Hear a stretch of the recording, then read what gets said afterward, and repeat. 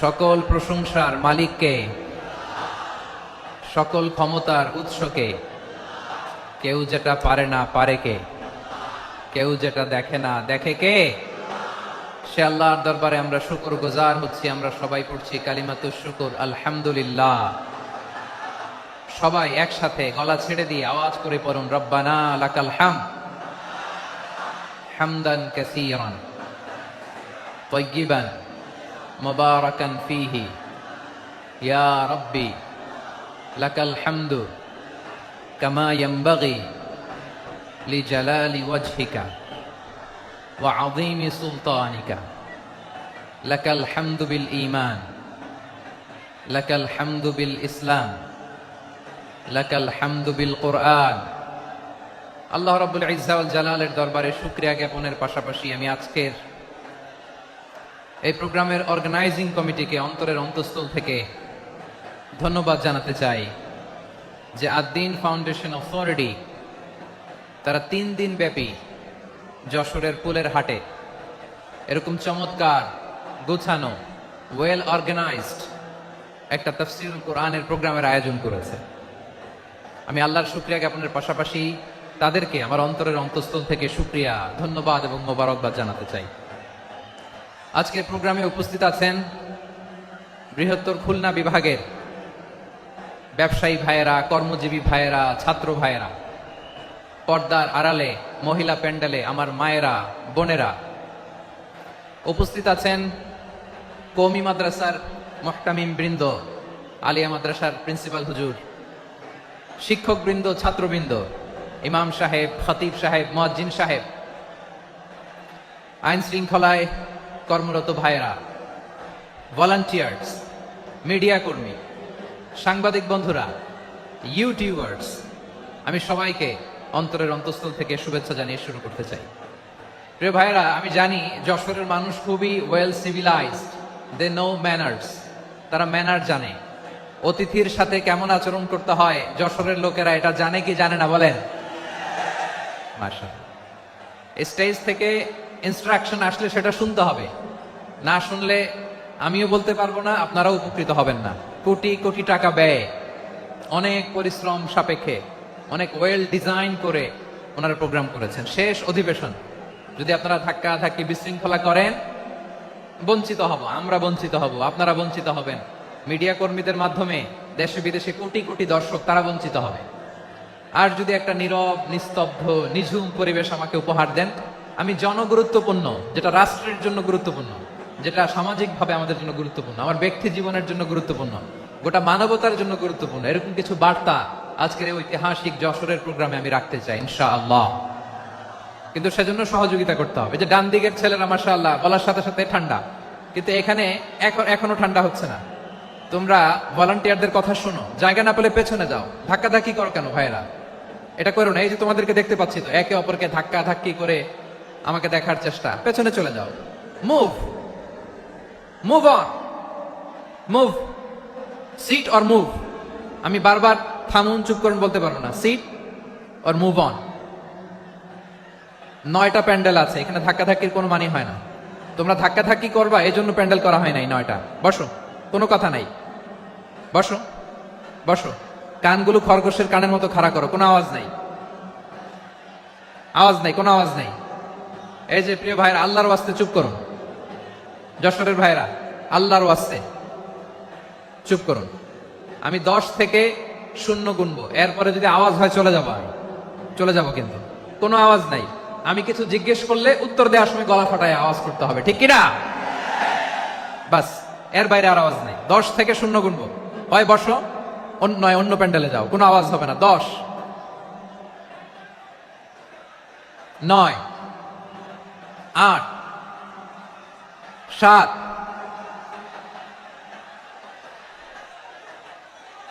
6, 5, 4,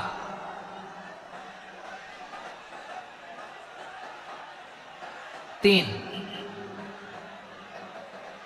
2, 1, 0। প্রিয় ভাইয়েরা, অনেক আলোচনা হয়েছে 3 দিন ব্যাপী। দেশ বরেণ্য প্রথিতযশা ওলামায়ে হযরতের মুখে আপনারা অসংখ্য কথা শুনেছেন। আমলের জন্য এগুলোই যথেষ্ট। নতুন করে আমার বলার কিছুর দরকার নাই। নতুন করে উপস্থাপনের মতো বলার মতো আমার কাছে কিছু নাইও। যা বলার 1500 বছর আগে আল্লাহ তাআলা উম্মাহকে বলে দিয়েছেন, ঠিক কিনা? এমন কিতাব দান করেছে যে কিতাবে ভুল নাই। যতই পড়ি ততই শেখা যায়। বিয়ন্ডলেস, বাউন্ডলেস, বটমলেস, কুল কিনারা নাই, কুল কিনারা বিহীন সাগর। পড়েন সুবহানাল্লাহ। গত 3 দিন ধরে স্কলাররা যে সমস্ত বিষয় কোরআন সুন্নাহর আলোকে আলোচনা করেছে, আমরা যেন সেগুলোর উপর আমল করতে পারি। আল্লাহ তৌফিক দান করুক, আমরা পড়ি আমিন।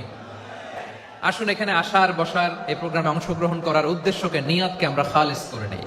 আজকে আমরা যা শুনবো শিখবো আমলের নিয়তে শুনবো, ঠিক কিনা বলেন? শেষ পর্যন্ত নীরবতা বজায় রাখবো। আমি উঠবো, আপনারা উঠবেন। এর আগে ওঠা যাবে না। স্কেডিউলে একটু চেঞ্জ এসেছে, এশার সালাত হয়নি।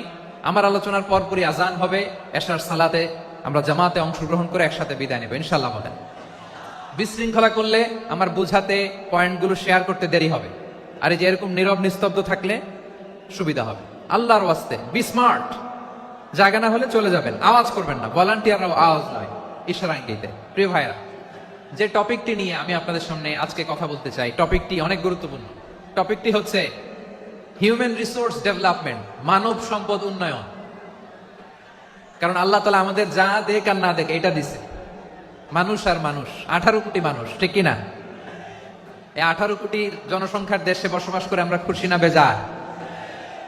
খুশি হইতে হবে, বেজার হবেন না। জাপানের খবর জানেন? তাদের গ্রোথ রেট নিচের দিকে, উল্টো। জনসংখ্যা নাই, বাচ্চা নিলে, সন্তান নিলে গভর্নমেন্ট তাদের টাকা দেয়। আমাদেরকে আল্লাহ তাআলা দয়া করে, মায়া করে এই সম্পদটা দিয়েছেন। এই মানব সম্পদকে যেন আমরা কাজে লাগাই ইনশাআল্লাহ। পড়েন সবাই। হিউম্যান রিসোর্স ডেভেলপমেন্ট অনেক জনগুরুত্বপূর্ণ বিষয়, খুব সেন্সিটিভ বিষয়। বুঝতে হবে যশোরের স্মার্ট ছেলেরা, এই যে আমি যাদেরকে দেখতে পাচ্ছি, all are the Gen Z of Jessore. Gen Z, ওরা স্মার্ট, ওরা ইশারা ইঙ্গিতে কাজ করে। এই যে পুরো গদি উল্টায় দিচ্ছে, ঠিক কিনা? 24-এর ছাত্র নাগরিক অভ্যুত্থান আমাদের দেখিয়ে দিচ্ছে কিভাবে চোখের ইশারায় গদি উল্টে দিতে হয়। তো এই জেনজিদের নিয়ে বসেছে। ওরা তো স্মার্ট, ওরা ডিস্টার্ব করবে না। মেহেরবানি করে আমার সাথে কানেক্ট করো, 1 to 1, brain to brain, eye to eye, eye contact করো আমার সাথে। তাকাও, কষ্ট হলো আমার দিকে তাকাও, আওয়াজ করা যাবে না, আমার দিকে তাকাও। প্রিয় ভাইরা, হিউম্যান রিসোর্স ডেভেলপমেন্টের ব্যাপারে কিছু কথা বলবো। এই যে আমাদের বিশাল জনসংখ্যা, এই জনসংখ্যাকে কি করে জনসম্পদে রূপান্তরিত করা যায় এ ব্যাপারে কথা বলবো। আমি সূরাতু বনী ইসরাইলের 70 নম্বর আয়াত তেলাওয়াত করেছি। এই আয়াতের আলোকে কিছু কথা আমি আপনাদের সামনে বলবো।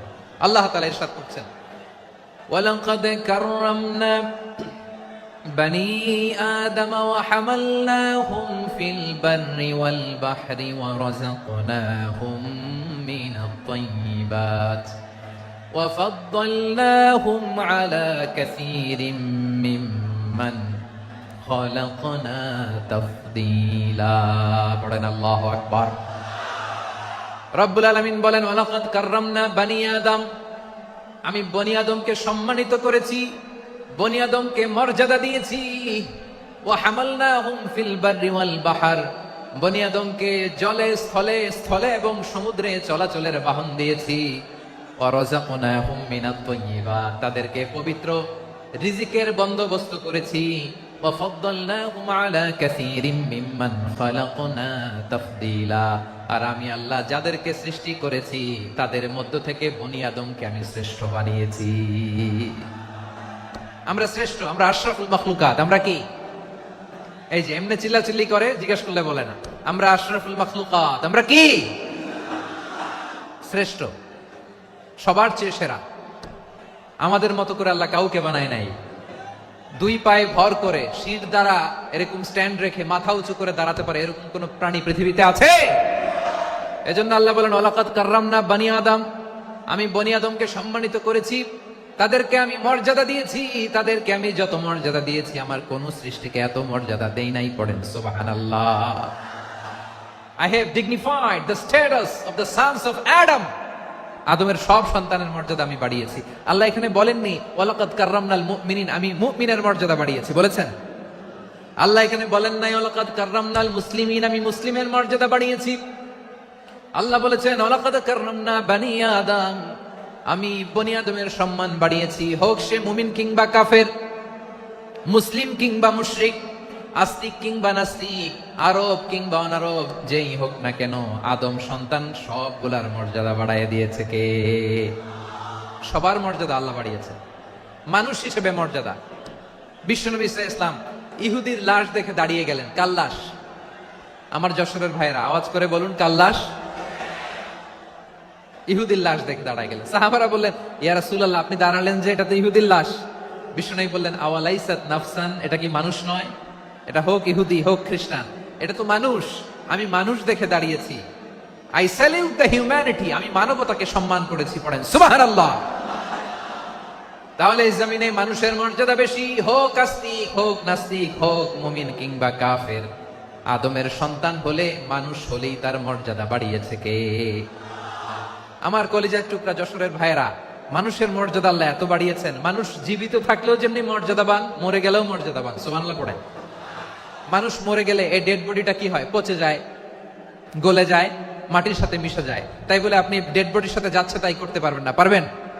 কেউ যদি অন্যায় করে তাকে যদি আপনি শাস্তির আওতায় আনেন, যা মনে চায় করতে পারবেন না। তারা আগুন দিয়ে পোড়াতে পারবেন না, নাক কাটতে পারবেন না, কান কাটতে পারবেন না, অঙ্গ বিকৃতি করতে পারবেন না। কারণ মানব জাতির মর্যাদা স্বয়ং দিয়েছে কে? ডেড বডি পচে যাবে, গলে যাবে। তারপর ইসলাম বলে না, খবরদার, এই মরা লাশটারও একটা মর্যাদা আছে না নাই? ইসলাম বলে এই লাশটা গলে যাবে, পচে যাবে, কিন্তু এটার অমর্যাদা করো না।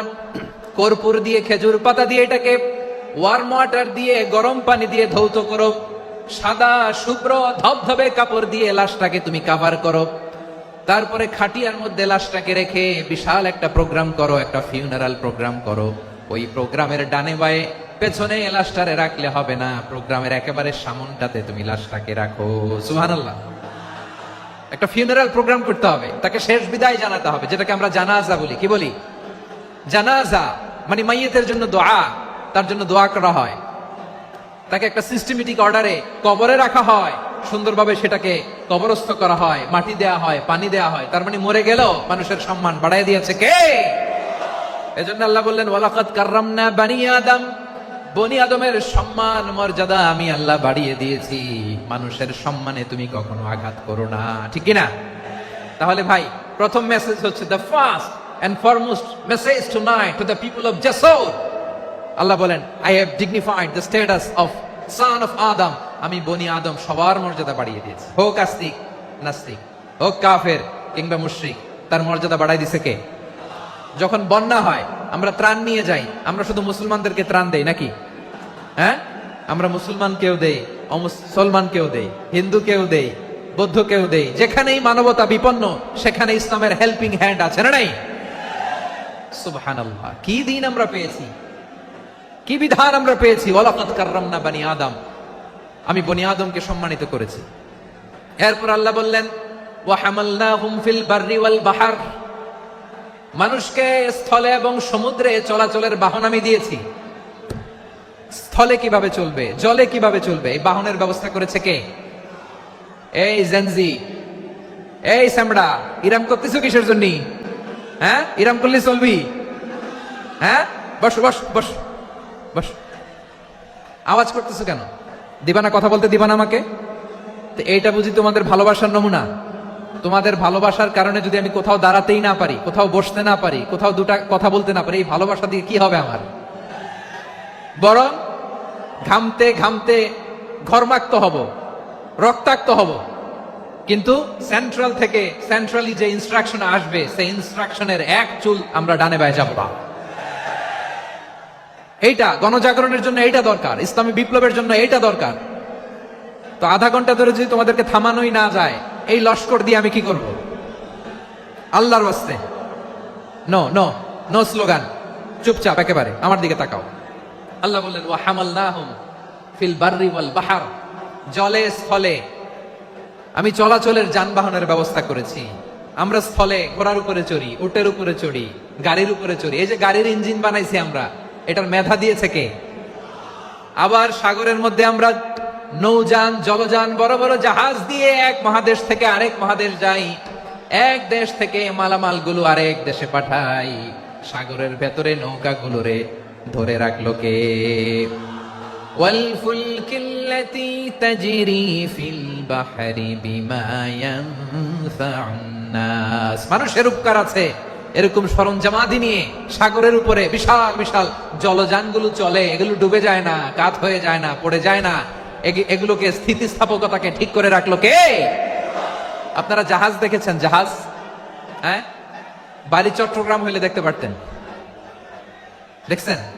বিশাল বিশাল জাহাজ, বিশাল জাহাজ মালামাল নিয়ে এক মহাদেশ থেকে আরেক মহাদেশে যায়। গত মাসে আমার জাপান সফর ছিল। এই যে বাংলাদেশে যে গাড়িগুলো চালান, বেশিরভাগ গাড়ি আসে কিন্তু জাপান থেকে। হাজার হাজার গাড়ি একটা জাহাজ বহন করতে পারে, হাজার হাজার গাড়ি। এটা সাগরের মধ্যে ভাসাইলো কে? সবাই বলুন, ভাসালো কে? হাজার হাজার গাড়ি নিয়ে জাপানিজ গাড়িগুলো আমাদের চট্টগ্রামের এয়ারপোর্টের বন্দরে ফিরে। যুক্তরাষ্ট্রে আমি দেখেছি বিশাল বিশাল জাহাজ। আপনারা টাইটানিক জাহাজের নাম শুনেছেন? টাইটানিকেরও 8 গুণ 10 গুণ বড়। সুবহানাল্লাহ কইবেন না? টাইটানিক জাহাজের 8 গুণ 10 গুণ বড় একটা জাহাজ আছে, আইকন অফ দ্য সি। আমি দেখে এসেছি। রয়্যাল ক্যারিবিয়ান দেখে এসেছি। সাগরের সামনে জেটিতে যখন দাঁড়ালাম, জাহাজটা যখন যায়, আমার মনে হচ্ছে একটা শহর, গোটা শহর, the entire city is floating on the water. পুরো একটা শহর মনে হয় পানির উপর দিয়ে ভেসে যাচ্ছে। পড়েন সুবহানাল্লাহ। এই যে আইকন অফ দ্য সি, এই ক্রুজ, এই জাহাজটা, এটার ভিতরে স্টেডিয়াম আছে। কিসের ভিতরে স্টেডিয়াম? কথা বুঝে নাই বোধহয়। স্টেডিয়াম কিসের ভিতর? সুইমিং পুল আছে, শপিং মল আছে, রেস্টুরেন্ট আছে, ক্লাব আছে, 3000 4000 রুম বিশিষ্ট, কক্ষ বিশিষ্ট হোটেল আছে। এই সবগুলোর নিয়ে এগুলো চলে সাগরের এই দোলার মধ্যে, জলোচ্ছ্বাসের মধ্যে। এই সাগরের ভেতরে এই জাহাজগুলোর ভাষায় রাখছে কে? সূরাতুর রহমানে আল্লাহ তাআলা বললেন, ওয়ালাহুল জাওয়ারিল মুনশাআতু ফিল বাহরি কাল আ'লাম ফাবিআইয়ি আলা, সবাই পড়েন, ফাবিআইয়ি আলাই রাব্বিকুমা তুকাযযিবান। পাহাড় সম বড় বড় জাহাজগুলো মাল বোঝাই করে সাগরের মধ্যে ভেসে বেড়ায়। এগুলো দিয়ে মালামাল বহন করা যায়, মানুষরা এক দেশ থেকে আরেক দেশে যায়। এই জাহাজগুলোর সাগরের ভেতরে ভাসায় রাখলো কে? এই আয়াতের ভেতরে আল্লাহ তাআলা সূরাতু বনী ইসরাঈলের এই চমৎকার আয়াতের ভেতরে আল্লাহ তাআলা বেসিক্যালি মানব জাতির প্রতি তার 4টি স্পেশাল অনুগ্রহের কথা বলেছেন। কয়টি? 2টা বলে ফেলছি। 1 নাম্বার, ওয়ালাকাদ কাররামনা বনী আদম, আমি বনী আদমের সম্মান বাড়াইছি। নাকি মুসলমানদের? নাকি মুসল্লিদের? কার সম্মান বাড়িয়েছি? বনী আদমের। তাহলে human dignity, the first part of the verse talks about the human dignity. 2 number অংশ আল্লাহ তাআলা বললেন, ওয়া হামালনাহুম ফিল বাররি ওয়াল বাহর, স্থলে এবং সমুদ্রে আমি তাদের জন্য চলাচলের বাহন দিয়েছি। সুবহানাল্লাহ। তার মানে smooth movement on land and sea, জলে এবং স্থলে যাতে আমরা স্মুথলি মুভ করতে পারি আল্লাহ তাআলা দিয়েছেন। 3 নাম্বার আল্লাহ তাআলা বললেন, ওয়া রাযাকনাহুম মিনাত তাইয়্যিবাত, মানুষের জন্য আমি পবিত্র রিজিকের ব্যবস্থা করেছি। জলে এবং স্থলে যত প্রাণী আছে সবগুলা প্রাণীকে রিজিক দেয় কে? আমাদেরকে রিজিক দেয় কে? সাগরের মাছগুলোকে, বড় বড় তিমি মাছগুলোরে রিজিক দেয় কে? বাতাসের মধ্যে ভেসে বেড়ানো বড় বড় পাখিগুলো, স্ক্যান্ডিনেভিয়ান কান্ট্রি থেকে লক্ষ লক্ষ কোটি কোটি পাখিগুলো যে এক দেশ থেকে আরেক দেশে ট্রান্সফার হয়, এগুলোর রিজিক দেয় কে? রব্বুল আলামিন বলেন, ওয়ামা মিন দাব্বাতিন ফিল আরদি ইল্লা আলাল্লাহি রিজকুহা ওয়া ইয়ালামু মুস্তাকাররাহা ওয়া মুস্তাওদাআহা কুল্লুম ফি কিতাবিম মুবিন। আল্লাহু আকবার। রব্বুল আলামিন বলেন, ভূপৃষ্ঠে বিচরণশীল যত প্রাণী আছে সব প্রাণীগুলোকে আমি আল্লাহ আমার নিজের কুদরতে রিজিকের বন্দোবস্ত করি। এই প্রাণীগুলো কোথায় থাকে, কোথায় যায়, সব জায়গায় আমি রিজিক পৌঁছে দেই। রিজিক কেউ দিতে পারে না, রিজিকের মালিক কে? রিজিকের মালিক তিনি আল্লাহ। এজন্য আল্লাহ তাআলা বললেন, ওয়া রাযাকনাহুম মিনাত তাইয়্যিবাত, এরপর আল্লাহ বললেন ওয়া ফাদ্দালনাহুম আলা কাসীরিম মিম্মান খালাকনা তাফদীলা। আমি যত প্রাণী সৃষ্টি করেছি সকল প্রাণীর মধ্যে মানুষের মর্যাদা শ্রেষ্ঠত্ব আমি দিয়েছি। সুবহানাল্লাহ পড়েন। তাহলে এক নম্বরে আল্লাহ বললেন আমি বনি আদমের মর্যাদা বাড়ালাম। এরপরে বললেন স্থলে এবং সমুদ্রে চলাচলের জন্য যানবাহন দিলাম। 3 নম্বরে আল্লাহ বললেন পবিত্র রিজিকের ব্যবস্থা করে দিলাম। এরপরে আল্লাহ বললেন যত প্রাণী আছে সৃষ্টি আছে সবগুলার উপরে আমি মানুষকে শ্রেষ্ঠত্ব দিলাম। সুবহানাল্লাহ। তাহলে সবচেয়ে বেশি শ্রেষ্ঠত্ব মানুষের। কার? মানুষের। শুধু তাই নয় প্রিয় ভাইরা, আকাশ এবং জমিনে যা কিছু আছে সবকিছু মানুষের জন্য, মানুষের কল্যাণে, মানুষের প্রয়োজনে, মানুষের বশীভূত করে সৃষ্টি করেছেন কে? রব্বুল আলামিন বলেন হুয়াল্লাযী খালাকা লাকুম মা ফিল আরদি জামিআ। এই জমিনের মধ্যে যা কিছু আমি আল্লাহ সৃষ্টি করেছি সবকিছু আমি মানুষের জন্য সৃষ্টি করেছি। পড়েন সুবহানাল্লাহ। হুয়াল্লাযী খালাকা লাকুম মা ফিল আরদি জামিআ। যা আছে সব আমাদের জন্য, সব আমাদেরকে সার্ভিস দেওয়ার জন্য, আমাদের উপকারের জন্য, আমাদের কল্যাণের জন্য। আওয়াজ করে সবাই পড়ুন আল্লাহু আকবার। অন্য আয়াতে আল্লাহ বললেন ওয়াসাখখারা লাকুম মা ফিস সামাওয়াতি ওয়া মা ফিল আরদি জামিআন মিন ইন্না ফি যালিকা লাআয়াতিন লিকাওমিন ইয়াতাফাক্কারুন।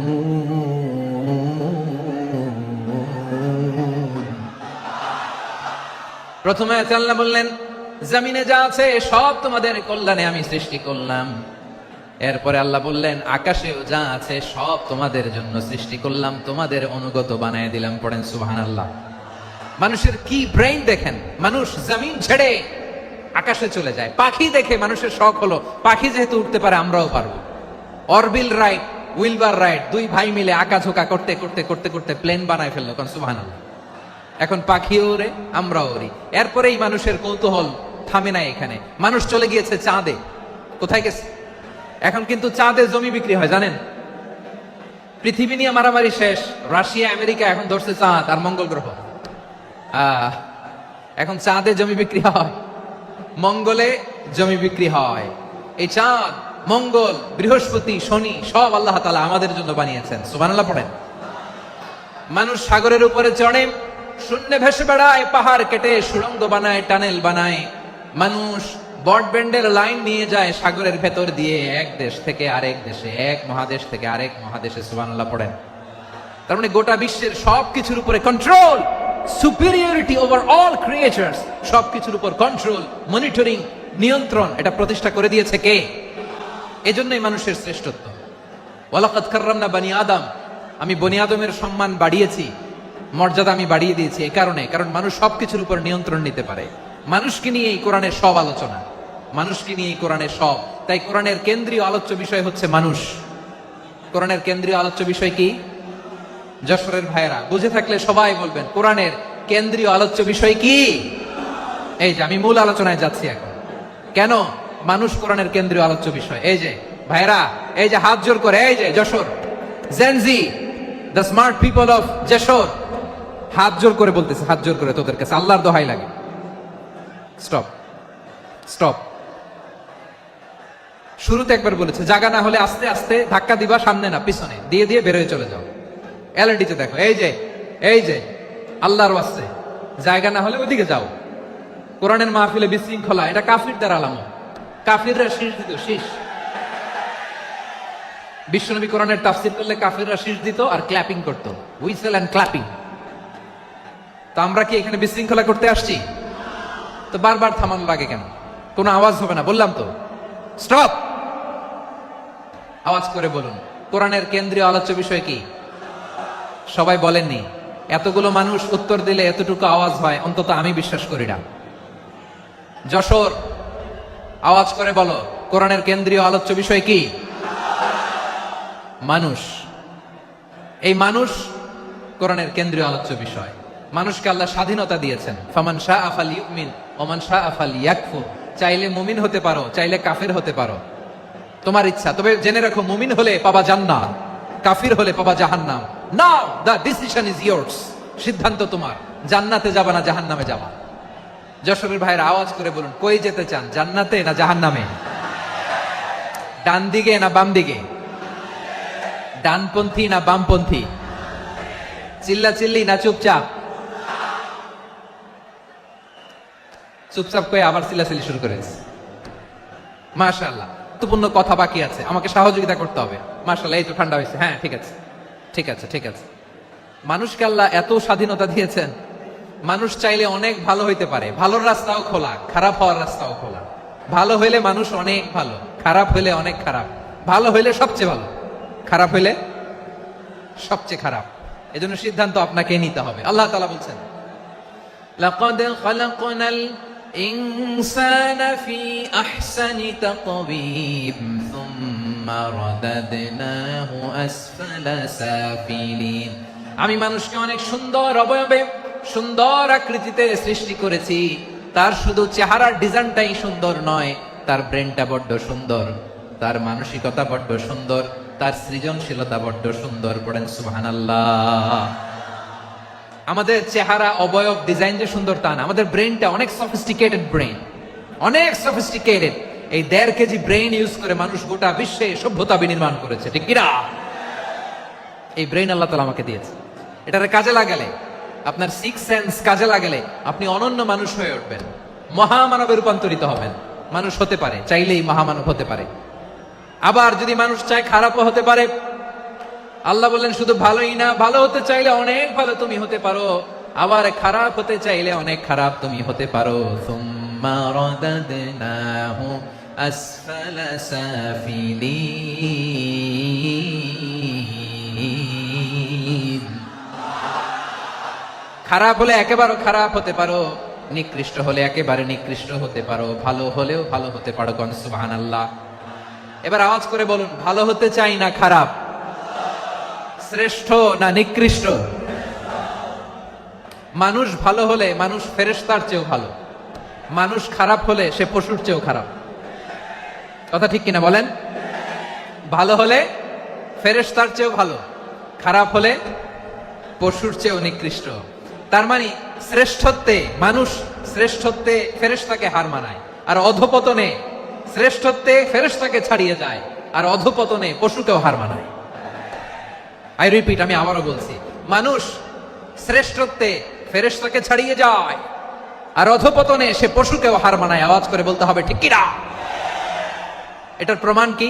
মানুষ শ্রেষ্ঠ হইলে যে ফেরেশতার চেয়েও সেরা, তার প্রমাণ কি? আল্লাহ তাআলা বলছেন, ওয়া ইয কুলনা লিল মালাইকাতি ইসজুদু লিআদম ফাসাজাদু ইল্লা ইবলিস আবা ওয়াস্তাকবারা ওয়া কানা মিনাল কাফিরিন। আল্লাহ বলেন, স্মরণ করো সে সময়ের কথা যখন আমি ফেরেশতাদেরকে বললাম, ও ফেরেশতারা আদমকে সেজদা দাও। সব ফেরেশতারা সম্মান সূচক সেজদা আদমকে দিল। তারা আদমের জন্য সেজদায় লুটিয়ে পড়লো, একজন ছাড়া, তার নাম ইবলিস। আওয়াজ করে বলেন, তার নাম কি? সে অহংকার প্রদর্শন করলো, সে কাফের হয়ে গেল। বাকি সব ফেরেশতারা সেজদা দিল। সুবহানাল্লাহ। আবার আদম আলাইহিস সালামকে আল্লাহ জিজ্ঞেস করলেন, সব বলে দিল উত্তর, কিন্তু ফেরেশতাদেরকে একই প্রশ্ন জিজ্ঞেস করলেন, তারা উত্তর করতে পারে নাই। তার মানে এর মধ্য দিয়ে প্রমাণিত হয়, মানুষ ভালো হলে ফেরেশতার চেয়েও ভালো, ফেরেশতার চেয়েও মানুষের মর্যাদা বাড়িয়ে দিয়েছে কে? সব নূরের ফেরেশতা যখন মাটির আদমকে সেজদা দেয়, এটা প্রমাণ করে ফেরেশতার চেয়েও মানুষের মর্যাদা বাড়িয়ে দিয়েছে কে? তুমি মাটির আদমকে প্রথম সৃষ্টি করিয়া ঘোষণা করিয়া দিলে শ্রেষ্ঠ বলিয়া, তাই তো নূরের ফেরেশতা করে আদমকে সেজদা। ঠিক কিনা বলেন? তাই তো নূরের ফেরেশতা করে আদমকে সেজদা। সবার চেয়ে সম্মান দিলে মাটির আদমকে। আল্লাহু আল্লাহু তুমি জাল্লে জালালুহু, শেষ করা তো যায় না গে তোমার গুণগান। পড়েন না? পড়েন। আল্লাহু আল্লাহু তুমি জাল্লে জালালুহু, শেষ করা তো যায় না গে তোমার গুণগান। আল্লাহু আল্লাহু। আল্লাহু আকবার। আদমের মর্যাদা বেশি, মানুষের মর্যাদা বেশি, মানুষ শ্রেষ্ঠ, তার প্রমাণ নূরের ফেরেশতা মাটির আদমকে সেজদা করে। আওয়াজ করে বলেন, ঠিক কিনা? তাহলে মানুষ ভালো হলে ফেরেশতার চেয়ে ভালো। আবার মানুষ যদি খারাপ হয় সে পশুর চেয়েও খারাপ, অধপতনে পশুত্বকে হার মানায়। তার প্রমাণ কি? তার প্রমাণ হচ্ছে যশোরের ভাইরা দেখবেন পত্রিকায় নিউজ পেপারে মাঝে মাঝে এরকম দেখা যায়, এক মানুষ আরেক মানুষকে হত্যা করে 20 টুকরা করে বস্তার ভিতরে ভরেছে। আপনারা এই নিউজ পড়েন নাই না? দেখেন নাই? দেখছেন? মানুষ মানুষকে হত্যা করে কয় টুকরা? জোরে বলেন। এখানেই ক্ষান্ত হয় না, আবার কোথায় ভরছে? বস্তার ভেতরে। আচ্ছা, বুঝে থাকলে আওয়াজ করে বলেন, কোনদিন শুনছেন একটা হাতি আর একটা হাতিকে হত্যা করে 20 টুকরা করছে, এরপরে বস্তার ভিতরে ভরছে? হয়েছে? তাহলে দেখেন, মানুষ যদি খারাপ হয় সে পশুকেও হার মানায়। চিল্লায় বলো ঠিক কিনা? এমনও দুশ্চরিত্র মানুষ আছে যার নজর থেকে 6 মাসের ছোট্ট মেয়ে থেকে শুরু করে 80 বছরের বৃদ্ধারাও নিরাপদ নয়। পশুকেও হার মানে। মানুষের ঘর জ্বালিয়ে পুড়ে মেসাকার করে দেয়, জনপদের পর জনপদ জ্বালায় দেয়। এরকম আছে না নাই? বোমা মেরে শহরগুলো উড়িয়ে দেয়। এই যে ইসরায়েল গাজার মধ্যে যে অ্যাটাক করেছে, এরা মসজিদ মানে নাই, মসজিদে বম ফেলেছে। এরা খ্রিস্টানদের চার্চ গির্জা মানে নাই, গির্জায় বম ফেলেছে। পৃথিবীর ইতিহাসে never happened in the history of the world that someone bombed on a hospital, on a ICU center. এমন হাসপাতাল যেখানে আইসিইউ রোগীরা আছে, ওই হাসপাতালের উপরও ইসরায়েলি সৈনিকেরা বোমা মেরেছে। জোরে বলেন ঠিক কিনা? এরা মানুষ? আওয়াজ করে বলেন, এরা মানুষ না। প্রিয় ভাইয়েরা, চোখ কান নাক মুখ থাকলেই মানুষ না। যা সামনে দেখেন এগুলো সব মানুষ না, এগুলো জনসংখ্যা। এগুলো কি? সবাই বলুন, এগুলো কি? বাড়ছে জনসংখ্যা, কমছে মানুষ। বাড়ছে জনসংখ্যা, কমছে। এই দুনিয়া এখন তো আর সেই দুনিয়া নাই, মানুষ নামের মানুষ আছে, দুনিয়া বোঝাই। সেই মানুষের ভিড়ে আমার আসল মানুষ নাই। ঠিক কিনা? আসল মানুষের বড্ড অভাব, আসল মানুষের বড্ড অভাব। আমার ভাইয়েরা, মানুষ খারাপ হলে পশুকেও হার মানায়। আচ্ছা, আওয়াজ করে বলেন, এই যশোরের ছেলেরা এদিক তাকাও, আওয়াজ করে বলেন, যে ইসরায়েলি সোলজাররা উপর থেকে বোমা মারলো তারাও মানুষ? তারাও কি? ওরাও রক্তে মাংসে মানুষ, ওদেরও পরিবার আছে। বোমা মেরে যেই মেয়েটাকে তারা অনাথ বানায়, ইয়াতিম বানায়, ও কিন্তু বাসায় ওর মেয়েটাকে রেখে আসছে। ঠিক কিনা বলেন? বম্বিং করে যে বাবাকে মেরে, স্বামীকে মেরে স্ত্রীকে বিধবা বানায়, তারও ঘরে স্ত্রী আছে। উপর থেকে বোম মেরে মানুষ মেরে দিচ্ছে, তারাও মানুষ। 1945 সালের 6ই আগস্ট আমেরিকান সোলজাররা হিরোশিমায় বোম মেরেছে। আমি নিজে দেখে এসেছি জাপানের হিরোশিমাতে। সকাল 8:15 মানুষ কেউ অফিসে যাচ্ছিল, কেউ খেতে খামারে কাজ করতে যাচ্ছিল, লিটল বয় নামে একটা বোম মেরেছে তারা।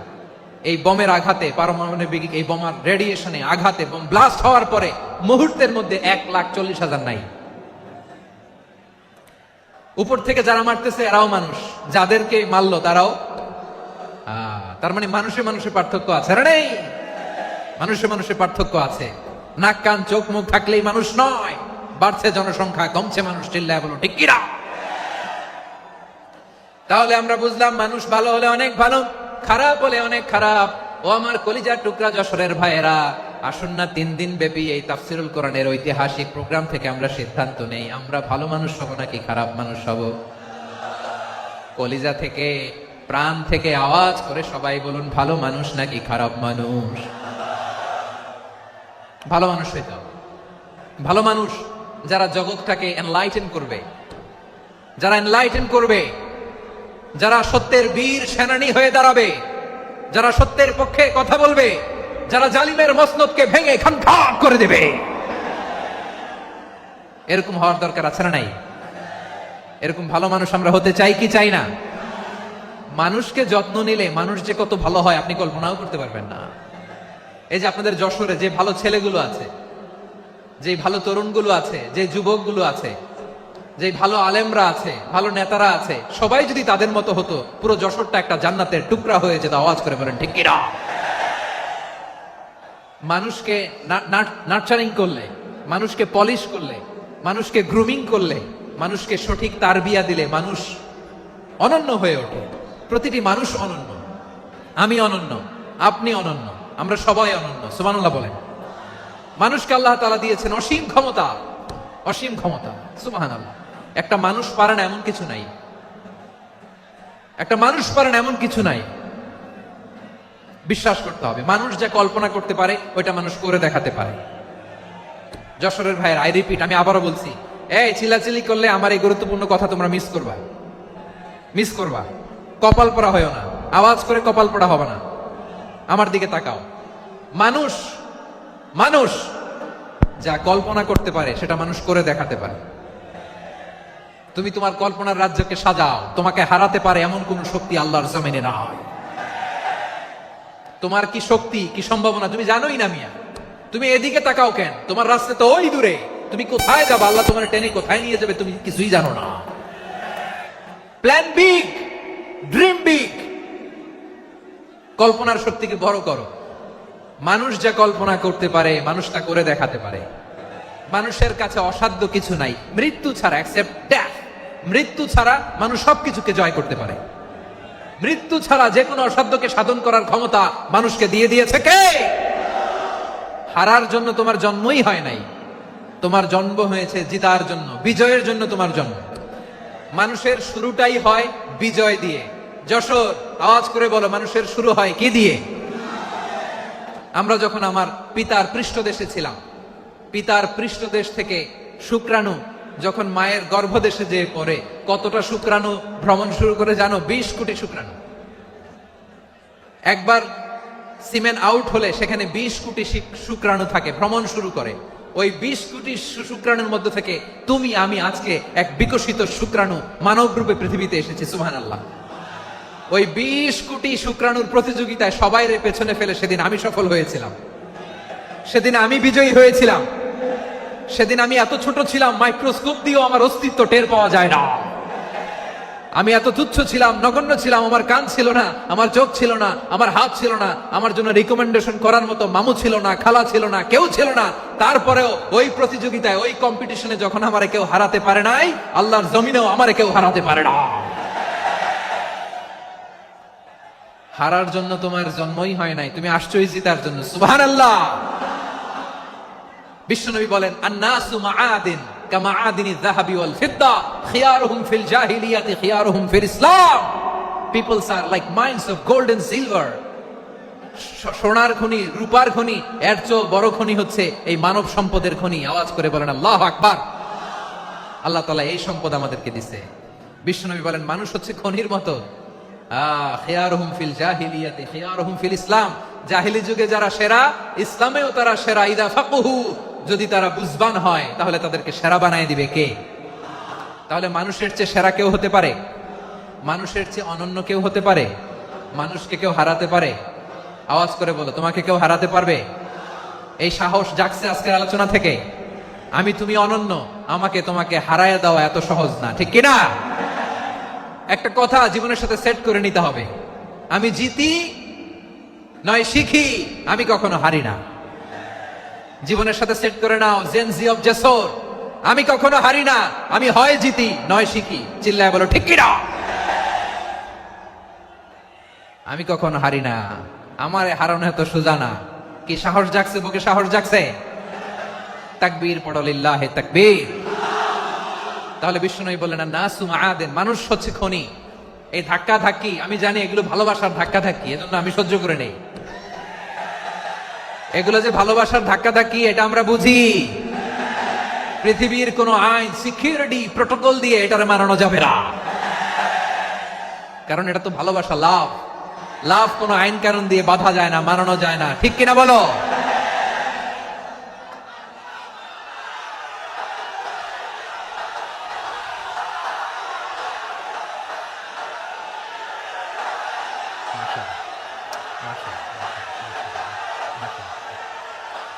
ঠিক আছে, বসুন বসুন বসুন। আল নাসু মাআদিন, মানুষ হচ্ছে খনি। এই খনির যত্ন নিতে হবে। আমার মা বাবা যারা এসেছেন, আপনার ছেলে মেয়ের যত্ন নেন। আপনার ছেলের মধ্যে যে কি পটেনশিয়াল আপনি জানেন না। আপনার এই ছোট্ট অবুজ ছেলেটাই আগামী দিনের শায়েখ আহমদুল্লাহ হবে। আপনার হেফসখানায় পড়া ওই ছোট্ট ছেলেটাই আগামী দিনের আল্লামা মামুনুল হক হবে। আপনার ওই ছেলেটা আমির হামজা হবে, আব্দুল হাই সাইফুল্লাহ হবে। এভাবে বড় বড় আলেম হবে, তারা যুগশ্রেষ্ঠ আলেম হবে। সেই একদিন এই বাংলাদেশের পার্লামেন্টে যে বক্তব্য দিয়ে যশোরের পক্ষে কথা বলবে। আপনি জানেন না, কাউকে ছোট করবেন না আপনি। ওর কনফিডেন্স আপনি কমাবেন না, আপনি কমাতে পারেন না। প্যান্ডেলে আমার যে মা বোনেরা আছেন, ছেলে মেয়েদেরকে কখনো ছোট করে কথা বলবেন না। ও যে কোথায় যাবে আপনি জানেন না। আপনি মা হয়ে তাকে সাহস দিবেন, তার কল্পনার জগৎটাকে সাজাতে তাকে উৎসাহিত করবেন। ঠিক কিনা বলেন? আর আমার প্যান্ডেলের আমার প্রিয় শ্রদ্ধাশীলা মায়েরা বোনেরা, আপনারা তো আরো দামি সম্পদ। বিশ্বনবী বলেন, আর দুনিয়া কুল্লু হামাচা। আল্লাহ আল্লাহ আল্লাহ, বিশ্বনবীর কথার ওজন দেখেন। আর দুনিয়া কুল্লু হামাচা ওয়া খায়রু মাতাঈদ দুনিয়াল মারআতুস সালিহা। বিশ্বনবী বলেন, দুনিয়ায় যা দেখো সব আল্লাহর দেওয়া অ্যাসেট, মানে সম্পদ। আর এত অ্যাসেটের ভিড়ে সবচেয়ে শ্রেষ্ঠ সম্পদ হচ্ছে নেককার নারী। সুবহানাল্লাহ। ভাইয়েরা, বোনের সাথে খারাপ আচরণ করো না। সন্তান, মায়ের সাথে খারাপ আচরণ করো না। আমাদের মায়েরা আমাদের asset, they are our priceless asset. কারণ এই মায়েদের পেটে এসেছে আল্লাহর ওলিরা। এই মায়েদের পেটে এসেছে খান জাহান আলী, এই মায়ের পেটে এসেছে শাহজালাল ইয়ামানি, এই মায়ের পেটে এসেছে আল্লাহর সব নবীরা। নাকি নবীরা আকাশ থেকে ধপ করে জমিনে নেমে আসছে? মায়ের পেটে আসছে। এই মায়ের পেটগুলো খনি। আমার সম্মানিতা মায়েরা বোনেরা, নিজেকে ইসলাম দিয়ে সাজান, নিজেকে ইসলাম দিয়ে সাজান, নিজেকে পবিত্র রাখুন, নিজের আব্রু ঈমান ইজ্জতের হেফাজত করুন, কোরআন পড়ুন, সুন্নাহ পড়ুন। আপনি জানেন না আপনার গর্ভে কে আসছে, কোন ক্ষণজন্মা পুরুষকে আল্লাহ তাআলা আপনার গর্ভে পাঠাবে, আপনি জানেন না। মায়েরা, নিজেদেরকে পবিত্র রাখুন, ইসলাম চর্চা করুন, কোরআন চর্চা করুন, নৈতিকতা দিয়ে নিজেকে সাজান। যশোরের জেনজি, নিজেদেরকে প্রস্তুত রাখো আগামীর বাংলাদেশের জন্য। নৈতিকতা, মোরালিটি, ভ্যালিউজ দিয়ে নিজেকে সাজাও, ইসলাম দিয়ে নিজেকে সাজাও। কারণ আগামীর বাংলাদেশ ইসলামের বাংলাদেশ। বাংলাদেশের আসল পরিচয় ইসলাম। বাংলাদেশের আসল পরিচয় কি? সবাই বলে না। বাংলাদেশের আসল পরিচয় কি? এই ইসলাম নিয়ে আমরা সংসদ ভবন সাজাবো, রাজি আছি না নাই? শেকড় ভুলে যাওয়া যাবে না। আমরা ধাপে ধাপে শারিয়া আইনের দিকে যাব ইনশাআল্লাহ। কিন্তু জঙ্গিবাদ দিয়ে নয়, কট্টর পন্থা দিয়ে নয়। আমরা ইন্টেলেকচুয়ালি, গ্রাজুয়ালি, ধাপে ধাপে শারিয়া আইনের দিকে মুভ করবো ইনশাআল্লাহ। বলো লিল্লাহি তাকবীর। এদেশের আসল পরিচয় সবাই বলে না, আওয়াজ করে, এদেশের আসল পরিচয়। এদেশে আজান শুনে সূর্য ওঠে শহর গ্রামে, এদেশে আজান শুনে সূর্য ডোবে সন্ধ্যা নামে, এদেশে সকল কাজে সবাই বলে বিসমিল্লাহ, এদেশে ভালো কিছু দেখে শুনে হাসি মুখে সবাই বলে মাশা আল্লাহ। সুবহানাল্লাহ সুবহানাল্লাহ সুবহানাল্লাহ সুবহানাল্লাহ সুবহানাল্লাহ সুবহানাল্লাহ সুবহানাল্লাহ সুবহানাল্লাহ। ও নবীন তরুণ, তোমার কিসের এত ভয়? জেনে রেখো বাংলাদেশের আসল পরিচয়। বাংলাদেশের আসল পরিচয় ইসলাম। আওয়াজ তুলে বলো, আসল পরিচয় কি? এদেশে পরস্পরে দেখা হলে দেয় সালাম, এদেশে আমজনতার হৃদয় জুড়ে পাক্কালাম। ঠিক কি না? এদেশে বিপদ এলে সর্বজনে সর্বক্ষণে দোয়া পড়ে ইন্না লিল্লাহ সুবহানাল্লাহ সুবহানাল্লাহ সুবহানাল্লাহ সুবহানাল্লাহ। এদেশে আজান শুনে সূর্য ওঠে শহর গ্রামে, এদেশে আজান শুনে সূর্য ডোবে সন্ধ্যা নামে, এদেশে সকল কাজে সবাই বলে বিসমিল্লাহ, এদেশে ভালো কিছু দেখে শুনে হাসি মুখে সবাই বলে মাশা আল্লাহ সুবহানাল্লাহ। আওয়াজ করে সুবহানাল্লাহ সুবহানাল্লাহ সুবহানাল্লাহ সুবহানাল্লাহ। সবাই একসাথে সুবহানাল্লাহ সুবহানাল্লাহ সুবহানাল্লাহ সুবহানাল্লাহ। এদেশের আসল পরিচয় কি? আওয়াজ করে বলতে ভয় লাগে? এদেশের আসল পরিচয় কি? ইসলাম দিয়ে আমাদের সংসদ ভবন চলুক, আমরা চাই কি চাই না? বঙ্গভবনে লা ইলাহা ইল্লাল্লাহর পতাকা উড়ুক, আমরা চাই কি চাই না? প্রতিটি জেলা অফিসে, ডিসি অফিসে লা ইলাহার পতাকা ঝুলুক, আমরা চাই কি চাই না? কারা কারা চাই হাত তুলে আল্লাহরে দেখায়।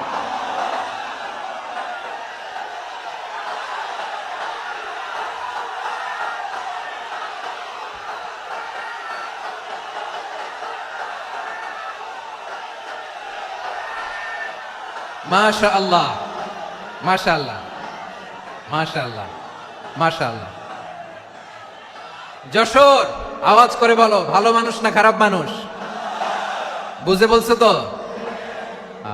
মানুষ ভালো হলে যে কত ভালো। এই মানুষকে যত্ন নিলে, মানুষকে মানুষ বানালে যে সে কি হতে পারে শুনবা? হ্যাঁ, নাকি মোনাজাত দিয়ে দিব?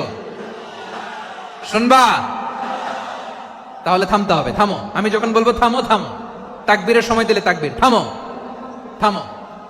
মানুষকে যত্ন নিলে, এই এদিকে এদিকে, ড্রোন নামায় ফেলো। হয়েছে, ড্রোনের ফুটেজ হয়ে গেছে, এবার ড্রোন নামায় ফেলো, আমার দিকে তাকাও। মানুষকে, তোমরা এদিক সেদিক তাকালে তো গুরুত্বপূর্ণ পয়েন্ট মিস হয়ে যাবে। এদিকে এদিকে, হ্যাঁ মাস, ঠিক আছে, এদিকে। মানুষকে যত্ন নিলে মানুষের মধ্যে যারা কি পটেনশিয়াল রেখেছে, আমি জাপানের দুইটা উদাহরণ দেই। জাপানের, এই এই এভাবে এভাবে হবে? হয় বসো নয় পেছনে, কথা নাই, কথা তো বলাই যাবে না, হারাম কথা বলা, আজকে একেবারে চুপ। আজকের জন্য হারাম করে দিছি আমি, এই কিছু সময়ের জন্য একেবারে নিষিদ্ধ। জাপানের দুইটা উদাহরণ দেই, খেয়াল করে একটু শুনেন, বুঝবেন। আল্লাহ, 2022 সালে জাপানের সাথে জার্মানির খেলা, ফিফা ওয়ার্ল্ড কাপ 2022। এক পক্ষে জাপান, আরেক পক্ষে কোন দেশ? কথা শুনে নাই। এক পক্ষে কোন দেশ, আরেক পক্ষে সবাই। এক পক্ষে, আরেক পক্ষে। ওই খেলায় জিতেছিল জাপান, জিতেছিল 22 সালের এই ফিফা ওয়ার্ল্ড কাপে জাপান ফুটবল খেলায় জিতে, as a part of the celebration তারা খেলার পরে পুরো স্টেডিয়ামটারে ক্লিন করে, the fan base of Japan. লক্ষ লক্ষ মানুষ খেলা দেখতে যায়, তো এত ডাস্টবিনও তো নাই, তো যারা ডাস্টবিনে জায়গা পায় নাই তারা এই যে চকলেটের প্যাকেট, পানির বোতল, চিপসের প্যাকেট তারা এদিকে সেদিকে রেখে দিয়েছে।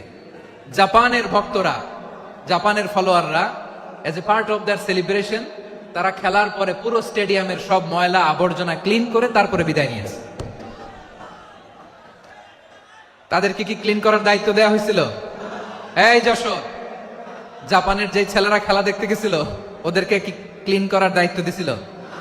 তারা কি স্টেডিয়ামের পরিচ্ছন্নতা কর্মী? তাদের আকল, তাদের সিক্স সেন্স তাদেরকে বলেছে। ছোটবেলা থেকে জাপান গভর্নমেন্ট ওদেরকে এত পরিচ্ছন্নতা শেখায়, ক্লিনলিনেস অ্যাওয়ারনেস ক্যাম্পেইন করায়। ক্লাসে আমি দেখেছি, ক্লাসে নিজের বেঞ্চ নিজে মুছে, ক্লাসের মাঝখানে একটা সময় দেয়, নিজের টেবিল নিজে মুছে, নিজের ক্লাসরুমটা নিজে পরিষ্কার করে। রাস্তাঘাটে একটা ধুলা নাই, ময়লা নাই, একটা টিস্যু নাই। খেলার পরে গোটা বিশ্বকে তাক লাগিয়ে দিয়েছে। জাপানের ফ্যানরা সবার রেখে যাওয়া গার্বেজ, টিস্যু, বোতল পরিষ্কার করে তারপরে স্টেডিয়াম থেকে বিদায় নিয়েছে।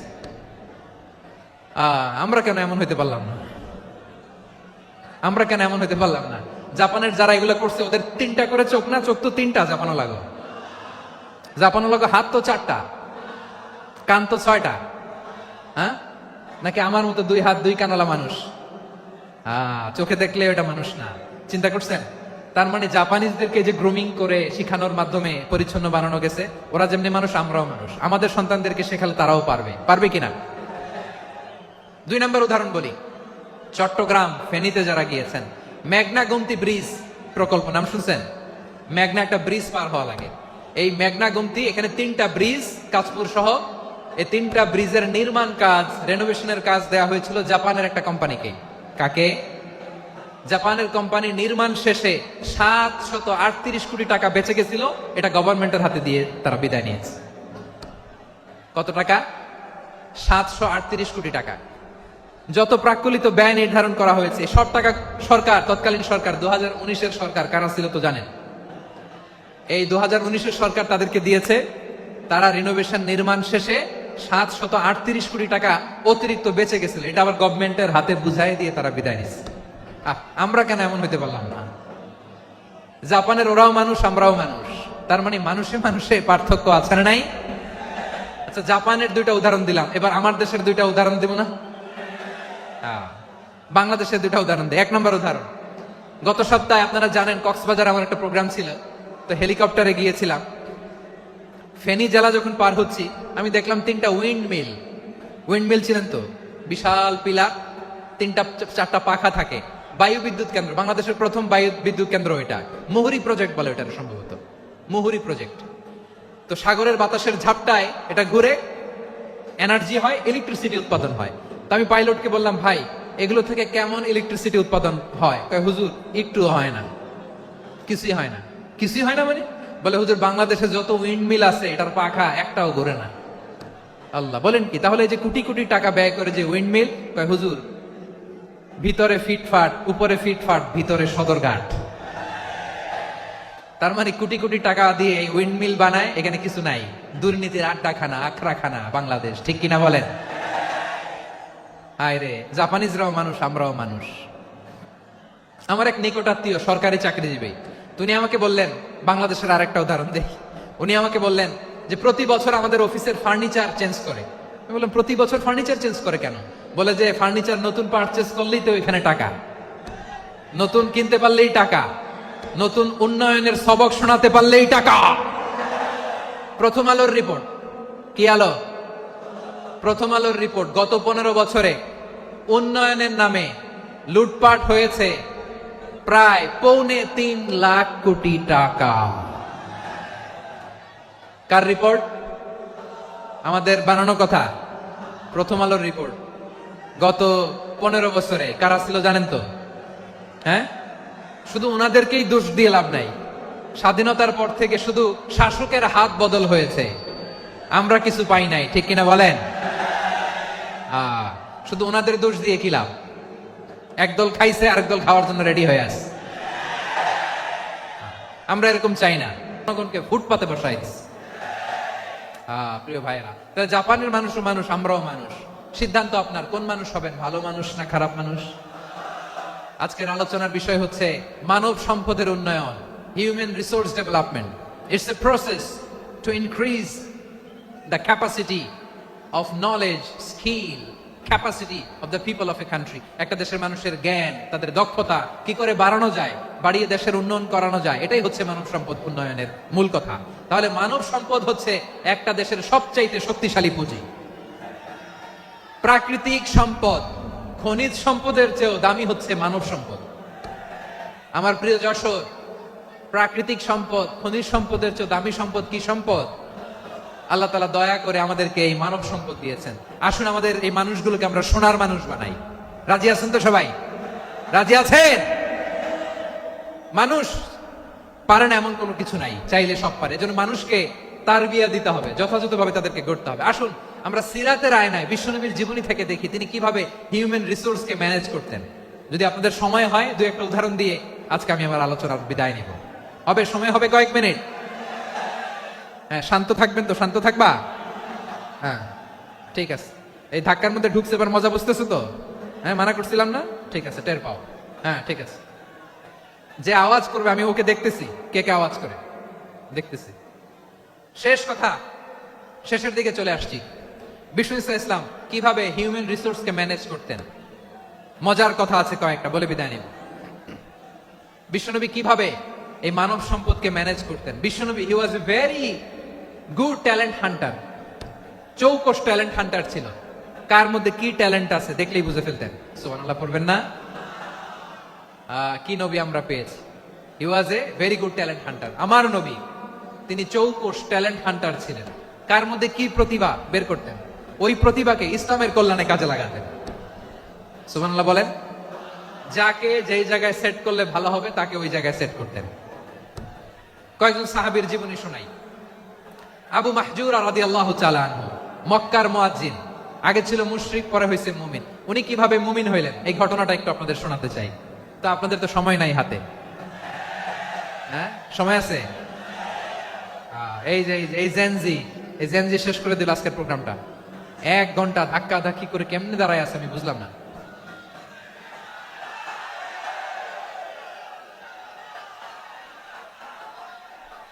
না না, তাকবির না, তাকবির না, চুপ করতে হবে। What I need you stop, just shut up, চুপ। হ্যাঁ ঠিক আছে, এভাবে। আবু মাহজুরা রাদিয়াল্লাহু তাআলা আনহু কিভাবে মুসলিম হলেন আওয়াজ করে শুনেন। হুনাইনের যুদ্ধ, অষ্টম হিজরি, বিষ্ণু ইসলাম হুনাইনের যুদ্ধ শেষে ফিরতেছেন। পথিমধ্যে বেলাল রাদিয়াল্লাহু তাআলা আনহু, এই যে আবার কথা, আই রে আল্লাহ রে, এখানে ধাক্কা থাকি কেন? চলে যাও, পেছনে যাও, যাও পেছনে যাও। কি আজীব তামাশা, যেখানে যাই এখানে ধাক্কা ধাক্কি, মারামারি, গায়ের উপরে, কাঁধের উপরে, শাউটিং। অনেক গুরুত্বপূর্ণ কথা পয়েন্ট করে নিয়ে আসে যে বলবো, এই শাউট করার কারণে প্রোগ্রামটাই নষ্ট করে দেয়। আসছে আমরা ভালোবাসা দেখাইতে, প্রোগ্রামটাই শেষ করে দিয়ে চলে যায়। স্টপ, আবার কথা বল, স্টপ। হুনাইনের যুদ্ধে, অষ্টম হিজরি, কত হিজরি সবাই বলেন না একটু, কত হিজরি? অষ্টম হিজরিতে হুনাইনের যুদ্ধে রাসূল সাল্লাল্লাহু আলাইহি ওয়াসাল্লাম ফিরে আসতেছেন মদিনায়। পথিমধ্যে বেলাল রাদিয়াল্লাহু তাআলা আনহু আযান দিচ্ছেন। কি দিচ্ছেন? তো পাশে ছিল মুশরিকদের একটা পল্লী, কিছু মুশরিক তরুণ, কিছু অমুসলিম কিশোর, তারা আযানকে ব্যঙ্গ করতেছে। আমাদের বাংলায় মুখ ভেঙ্গানো বলে আর কি। বেলাল রাদিয়াল্লাহু তাআলা আনহু আযান দিচ্ছেন, ওই বাচ্চাগুলো মুশরিক, তো ওরা আযানকে ব্যঙ্গ করতেছে, বিকৃতি করে ওরাও আযান দিচ্ছে। উদ্দেশ্য হচ্ছে আযানকে নিয়ে ঠাট্টা করা। উদ্দেশ্য কি? ঠাট্টা করা। ব্যাপারটা মনে কষ্ট পাওয়ার মতো ব্যাপার না? কিন্তু বিশ্বনবী ওইখানে দেখেন কি খুঁজলেন। বিশ্বনবী খেয়াল করলেন অমুসলিম কিশোরদের মধ্য থেকে একটা কিশোরের গলাটা বড় দরাজ গলা, কণ্ঠটা বড় সুন্দর। খেয়াল করে দেখলেন যে কিছু কিশোর বেলালের আযানকে ব্যঙ্গ করে, বিকৃতি করে, কিন্তু একজনের কণ্ঠ দেখতে পাচ্ছেন না এত দূরে, কিন্তু কণ্ঠটা বড় সুন্দর, দরাজ গলা। বিশ্বনবী সাহাবীদেরকে বললেন, ধরো এগুলারে, ধরো। সবগুলারে ধরে বিশ্বনবীর সামনে আনা হলো। ওরা হাঁটু গেড়ে বসলো। বিশ্বনবী বললেন, তোমাদের মধ্যে কে যেন ব্যঙ্গ করে আযান দিচ্ছিল, তার গলাটা বড় উঁচু, গলার বেসটা বড় মজবুত, মেলোডিয়াস, সুমধুর কণ্ঠ। কে? আবু মাহজুরা বলে, আমার বন্ধুরা সবাই আমার দিকে আঙ্গুল দেখায়, আমি পড়ে গেছি বিপদে। রাসূল সাল্লাল্লাহু আলাইহি ওয়াসাল্লাম বাকি অমুসলিম তরুণদেরকে ছেড়ে দিলেন, বললেন তোমরা যাও। এবার আবু মাহজুরারে পাইছে। আবু মাহজুরার চুলের মধ্যে হাত দিলেন বিশ্বনবী, মাথায় হাত দিয়ে বললেন, এবার আযান দাও দেখি। আবু মাহজুরা বলে, আমি তো আযান দিতে জানি না, কারণ আমি তো বেলালেরটা শুইনা দিছি, আমার তো মুখস্থ নাই, আমি তো আযান দিতে জানি না। বিশ্বনবী বললেন, জানো না? তাহলে আসো আমি তোমারে শিখাই দেই। সুবহানাল্লাহ পড়েন। আবু মাহজুরা হাঁটু গেড়ে বসে, বিশ্বনবীর মোবারক হাত আবু মাহজুরার চুলের মধ্যে। বিশ্বনবী আযানের মুআল্লিম, আবু মাহজুরাকে বলতেছে, ঠিক আছে তোমারে শিখাই দিচ্ছি, আমি যা যা বলবো আমার সাথে সাথে বলো, পারবা? আবু মাহজুরা বলে, পারবো। বিশ্বনবী আযান দিচ্ছেন, মাথায় হাত দিয়ে আল্লাহু আকবার,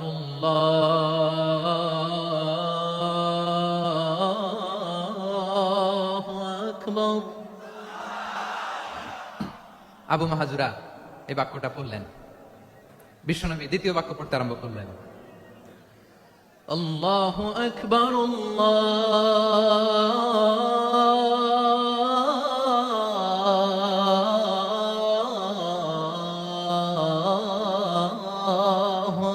আকবার। আবু মাহজুরা এই বাক্যটা বললেন। বিশ্বনবী আবু মাহজুরার মাথার মধ্যে হাত দিয়ে তৃতীয় বাক্য বললেন, আশহাদু আল্লা ইলাহা ইল্লাল্লাহ।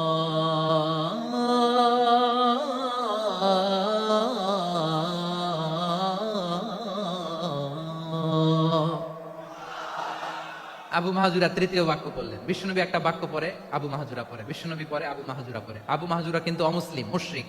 আবু মাহজুরা বলে, এক একটা বাক্য পড়ি আমার কলিজাটা গলে ঠান্ডা হয়ে যায়। এতদিন মোহাম্মদকে গালি দিতাম, এখন মোহাম্মদ আমার মাথায় যখন হাত রাখছে আমার সারা শরীর ঠান্ডা হয়ে গেছে। বিশ্বনবী আযান শিখাচ্ছেন, একটা একটা বাক্য পড়ে আবু মাহজুরাও পড়ে, বিশ্বনবী পড়ে, আবু মাহজুরাও পড়ে। পুরো বাক্যগুলো যখন শেষ, আযান শেষ, আবু মাহজুরাও যখন পুরো আযান পড়লেন, আবু মাহজুরা বললেন, এতদিন মোহাম্মদের চেহারা দেখলে আমার ঘৃণা লাগতো, আজ থেকে মোহাম্মদের চেহারার চেয়ে প্রিয় চেহারা আমার কাছে নাই। আবু মাহজুরা বললেন, ও মুহাম্মদ, আযানের বাক্য তো আপনি আমারে শেখালেন, এখানেই শেষ করবেন না, আপনি আমারে পড়ায় দেন লা ইলাহা ইল্লাল্লাহু মুহাম্মাদুর রাসূলুল্লাহ সাল্লাল্লাহু আলাইহি ওয়াসাল্লাম। বিশ্বনবীর সাথে দাঁড়িয়ে উনি শাহাদা পড়ে মুসলমান হয়ে গেলেন। এবার আবু মাহজুরা বলে, ইয়া রাসূলুল্লাহ, ইয়া হাবিবাল্লাহ, আমি মুমিন হয়েছি, মুসলমান হয়েছি, আপনার কাছ থেকে আযান শিখার সৌভাগ্য আমি লাভ করেছি গো নবী। আমার কণ্ঠের বড় তারিফ করেছেন, আপনি আমার আযানকে আপনি পছন্দ করেছেন। একটা জিনিস আপনার কাছে চাই, আপনি আমাকে মক্কার মসজিদুল হারামের মুয়াজ্জিন হিসেবে অ্যাপয়েন্ট করে দে।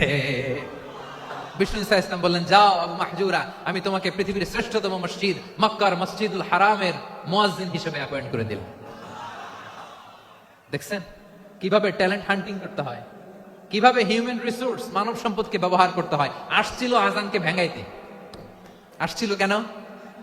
আযানকে ব্যঙ্গ করার জন্য, বিকৃত করার জন্য। আযানকে বিকৃত করতে যে ইসলামের সবচেয়ে শ্রেষ্ঠ মসজিদের মুয়াজ্জিন হয়ে গেল। পড়েন সুবহানাল্লাহ।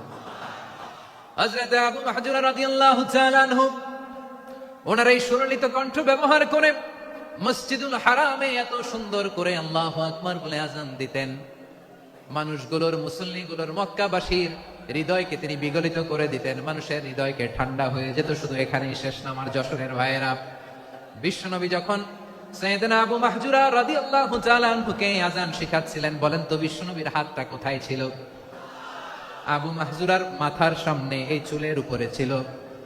আবু মাহজুরা ওই স্মৃতিটাকে ধারণ করবার জন্য, ওই স্মৃতিকে বহন করার জন্য বিশ্বনবীর মোবারক হাত আবু মাহজুরার কপালের চুলের যেই জায়গায় লেগেছে, মৃত্যুর আগের দিন পর্যন্ত আবু মাহজুরা মাথার ওই চুলে কোনোদিন ছুরি আর কামার লাগায় নাই, সেখানে কেচি লাগায় নাই, চুলের মধ্যে খুর লাগায় নাই।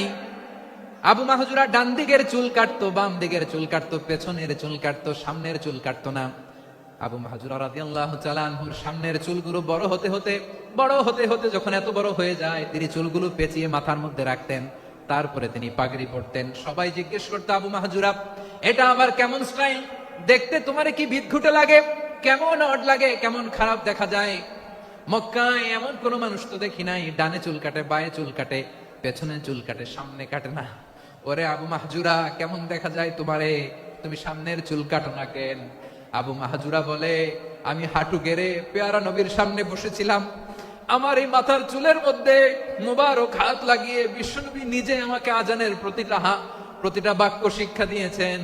বিশ্বনবীর মুবারক হাত, পবিত্র হাত আমার মাথার চুলের যেই জায়গায় লেগেছে, আমি চাই ওই চুলগুলা নিয়ে আমি আমার কবরের ভিতরে যাব। সাইয়েদনা আবু মাহজুরা রাদিয়াল্লাহু তাআলা আনহু ইন্তেকালের আগের পর্যন্ত মাথার সামনের চুলগুলা কাটে নাই। মাথার সামনের চুল তিনি কাটেন নাই। সুবহানাল্লাহি বিহামদি। কেমন ভালোবাসতেন বিশ্বনবী সাহাবীদেরকে, সাহাবারা কেমন ভালোবাসতেন বিশ্বনবীকে। সামনের চুলগুলো বড় হতে হতে এত বড় ছিল, পেঁচিয়ে রেখে পাগড়ি পরতেন, কাটতেন না। নবীর হাত লেগেছিল। সুবহানাল্লাহ পড়েন। তাহলে what is the lesson? Moral of the story কি? মোরাল অফ দ্য স্টোরি হচ্ছে, আসছিল আজানকে ব্যঙ্গ করার জন্য, বিকৃত করার জন্য, হয়ে গেল মসজিদুল হারামের মুয়াজ্জিন। দেখেন বিশ্বনবী একটা খারাপ সিচুয়েশনের মধ্যে থেকে কি ভালো জিনিস বের করে আনলেন। আমি যে শুরুতে বলেছি কিভাবে তিনি হিউম্যান রিসোর্সকে ডেভেলপ করেছেন, ম্যানেজ করেছেন।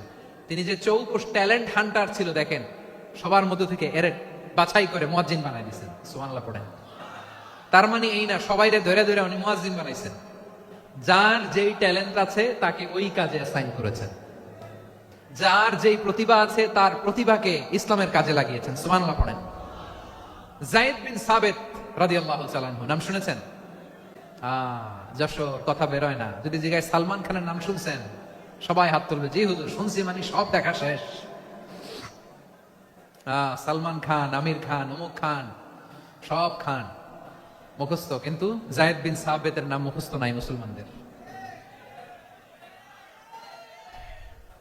যে সাহাবী মাথার সামনের চুল কাটে নাই, মসজিদুল হারামের মুয়াজ্জিন বানাইছেন বিশ্বনবী, সাহাবীর নাম কি? খায়া ফেলাইস, স্লোগানের সাথে খায়া ফেলাইস। আবু মাহজুরা। কি নাম? আবু মাহজুরা আল জুমাহি রাদিয়াল্লাহু তাআলা আনহু। এই নামটা আজকে নিয়ে যাইতে হবে যশোর। আবু মাহজুরা রাদিয়াল্লাহু তাআলা আনহু। 2 নম্বরে বলছিলাম যায়েদ বিন সাবিত রাদিয়াল্লাহু তাআলা আনহু। বিশ্বনবী দেখলেন মদিনার এই আনসারী সাহাবী হাইলি ট্যালেন্টেড, ইন্টেলেকচুয়াল, মেরিটোরিয়াস, জ্ঞানের প্রতি তার আকর্ষণ, মারাত্মক আকর্ষণ। বিশ্বনবী তাকে দায়িত্ব দিলেন, কোরআন যা নাজিল হয় তুমি লিখো, কাতিবুল ওয়াহি বানায় দিলেন। সুবহানাল্লাহ। যায়েদ বিন সাবিতরে আবার আযান শেখান নাই, কারণ তার মধ্যে বিশ্বনবীর প্রতিভা দেখেছেন, একাডেমিক প্রতিভা। বিশ্বনবীর একাডেমিক প্রজেক্ট গুলো তিনি হ্যান্ডেল করতেন। যায়েদ বিন সাবিত ছিল বিশ্বনবীর ব্যক্তিগত সচিব। কি ছিল? ব্যক্তিগত সচিব। বোঝেন নাই? বিশ্বনবীর ব্যক্তিগত সচিব এবং দোভাষী। ইহুদিরা কিছু লিখে দিলে এটার অর্থ বিশ্বনবীরে বুঝায় দিতেন, আবার ইহুদিদের কাছে কিছু লিখতে হলে তিনি লিখে দিতেন। বিশ্বনবী একদিন বললেন, ইন্নী ওয়াল্লাহি মা আমানু ইয়াহুদা আলা কিতাব। ইহুদিরা যে চিঠি পাঠায় অর্থ তো বুঝি না, আরেক ইহুদি আইনা অর্থ করা লাগে। আবার ইহুদিদের কাছে কিছু লিখে পাঠাইতে চাইলে আমরা তো লিখতে পারি না, ইহুদিরে দিয়ে লেখা লাগে। ওরা যে পয়রা শোনায় লিখে দেয়, আমি ওদের বিশ্বাস করি না। আমার নিজের একজন লোক দরকার। বিশ্বনবী এই যায়েদ বিন সাবিতকে চুজ করলেন ল্যাঙ্গুয়েজের জন্য। উনি বললেন, যায়েদ, তোমার সফট স্কিলকে ডেভেলপ করতে হবে, তুমি হিব্রু ল্যাঙ্গুয়েজ শিখে ফেলো। যায়েদ বিন সাবিত বলল, বিশ্বনবীর মোটিভেশন আর ইন্সপিরেশন পেয়ে আমি 15 দিনে ইহুদিদের এই হিব্রু ল্যাঙ্গুয়েজ শিখে ফেললাম। শুধু শিখে ফেললাম না, হাত্তা হাদিকতু, even I became master in the language. এই ভাষা আমি পারদর্শী হয়ে গেলাম। এরপরে ইহুদিরা চিঠি লিখে পাঠালে আর কোনো ইহুদি ডাকা লাগতো না, আমি নবীর এটার অর্থ শুনে পরে বুঝাই দিতাম। আবার ইহুদিদের কাছে চিঠি লেখা লাগলে আমি যায়েদ বিন সাবিত চিঠি লিখে দিতাম। সুবহানাল্লাহ। দেখেন, এত সাহাবীর মধ্য থেকে বিশ্বনবীর একাডেমিক প্রজেক্ট, ব্যক্তিগত সচিব, দোভাষী হিসেবে তিনি যায়েদ বিন সাবিতের মতো তরুণকে নির্বাচিত করেছেন। কেমন ট্যালেন্ট হান্টার ছিল আমার নবী। সুবহানাল্লাহ পড়বেন না? বিশ্বনবীর ইন্তেকালের পরে সাইয়েদনা আবু বকর রাদিয়াল্লাহু তাআলা আনহু যখন খলিফা হয়ে আসলেন, কোরআনকে সংকলনের দায়িত্ব দেয়া লাগবে, কোন সাহাবীকে দিবেন? সব সাহাবারা মিলে পরামর্শ করলেন। সাইয়েদনা আবু বকর, ওমর সবাই মিলে বিশাল কোরআন সংকলনের গুরু দায়িত্ব বিশ্বনবীর ব্যক্তিগত সচিব, বিশ্বনবীর দোভাষী, বিশ্বনবীর সিলেক্ট করাই লোক যায়েদ ইবনে সাবিত রাদিয়াল্লাহু তাআলা আনহুকে দিয়েছে। কোরআনের কবি তো আজকে এখানে রাখে নাই। এই যে আজকের যে কোরআন পড়েন, এটা আগে এরকম ছিল না। কোরআন নাজিল হলে সাহাবারা চামড়ার, উটের চামড়ায় লিখে ফেলতো, ওটের চ্যাপ্টা হাড্ডির মধ্যে লিখে ফেলতো, গাছের গুড়ির মধ্যে লিখে ফেলতো। বিভিন্ন জনের কাছে ছড়ানো ছিটানো ছিল। আবু বকর রাদিয়াল্লাহু তাআলা আনহু একসাথে করলেন, পরবর্তীতে উসমান রাদিয়াল্লাহু তাআলা আনহু একসাথে করলেন 114 সূরার এখন এই মুসহাফ, এই কম্পাইলেশন, এই কপি আমরা পেয়েছি, যার হিউজ কন্ট্রিবিউশন ছিল। এই পুরো কোরআন কম্পাইলেশনের প্রজেক্ট ম্যানেজার ছিল যায়েদ বিন সাবিত রাদিয়াল্লাহু তাআলা। কোরআন কম্পাইলেশনের প্রজেক্ট ম্যানেজার। দেখেন, উনারে মাথায় হাত দিয়ে আযান শেখায় নাই। সুবহানাল্লাহ কইবেন না?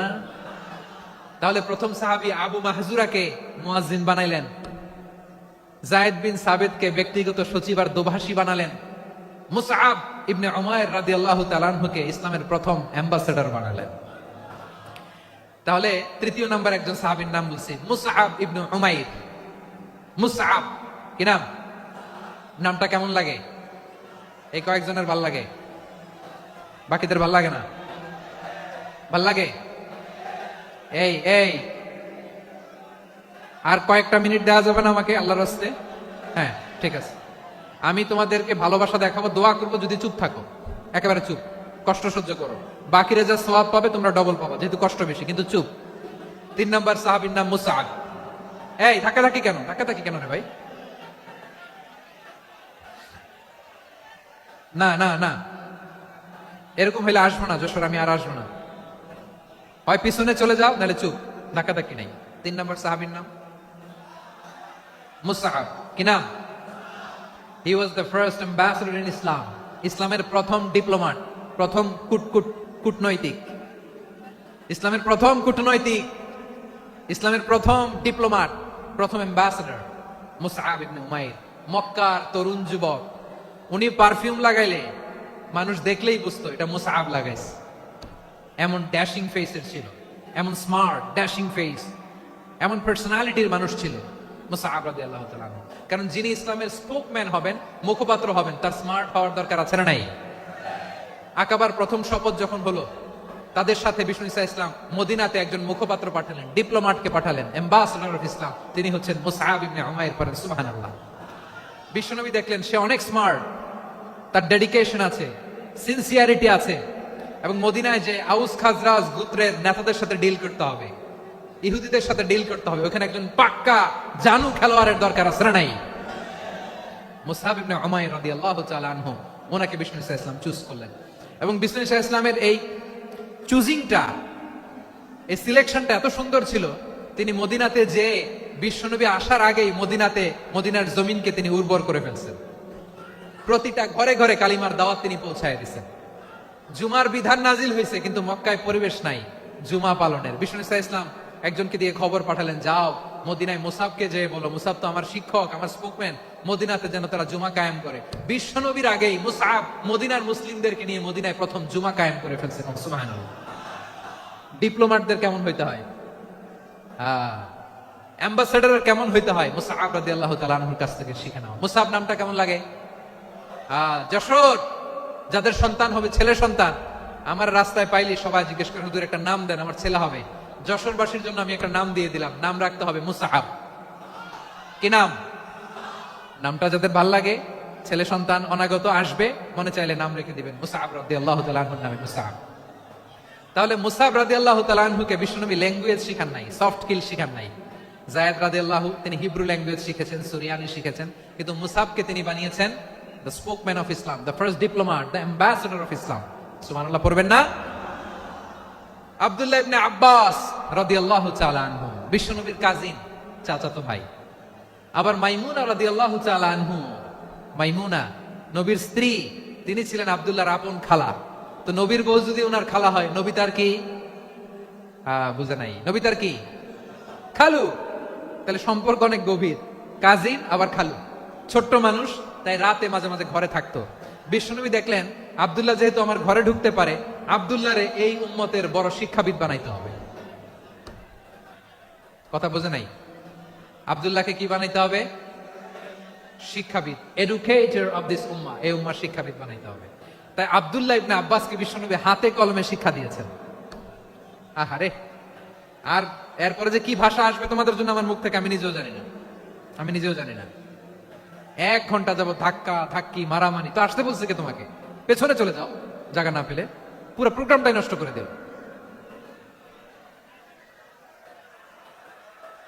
জি, আমার দিকে তাকান, আমি শেষ করে দিচ্ছি। হবে না, ইন্টেলেকচুয়াল আলোচনা এখানে হবে না, আমি বুঝতে পারছি, আমি শেষ করে দিচ্ছি।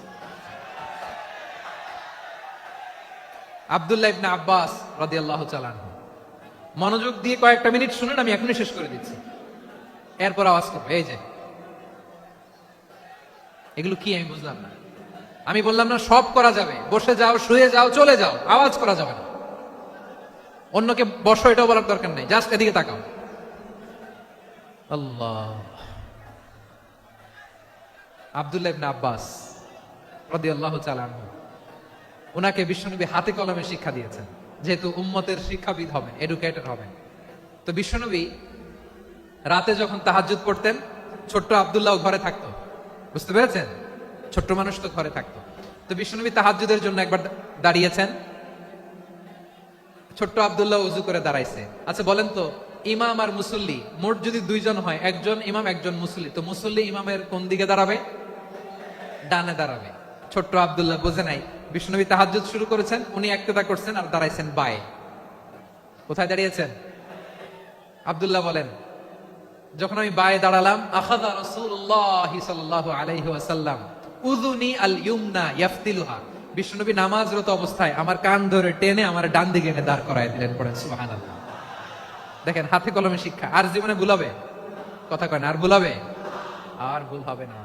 এভাবে বিশ্বনবীর অনেক সঙ্গ পেয়েছেন, সফর করেছেন, একই বাহনে বসেছেন, এক বাহনে বসে লম্বা নাসিহত করেছেন, বলেছেন, ইয়া গোলাম ইহফাজিল্লাহ ইয়াহফাজকা, ইহফাজিল্লাহ তাজিদহু তুজাহাক, ইযা সাআলতা ফাসআলিল্লাহ ওয়া ইযা ইসতাআনতা ফাসতাইন বিল্লাহ।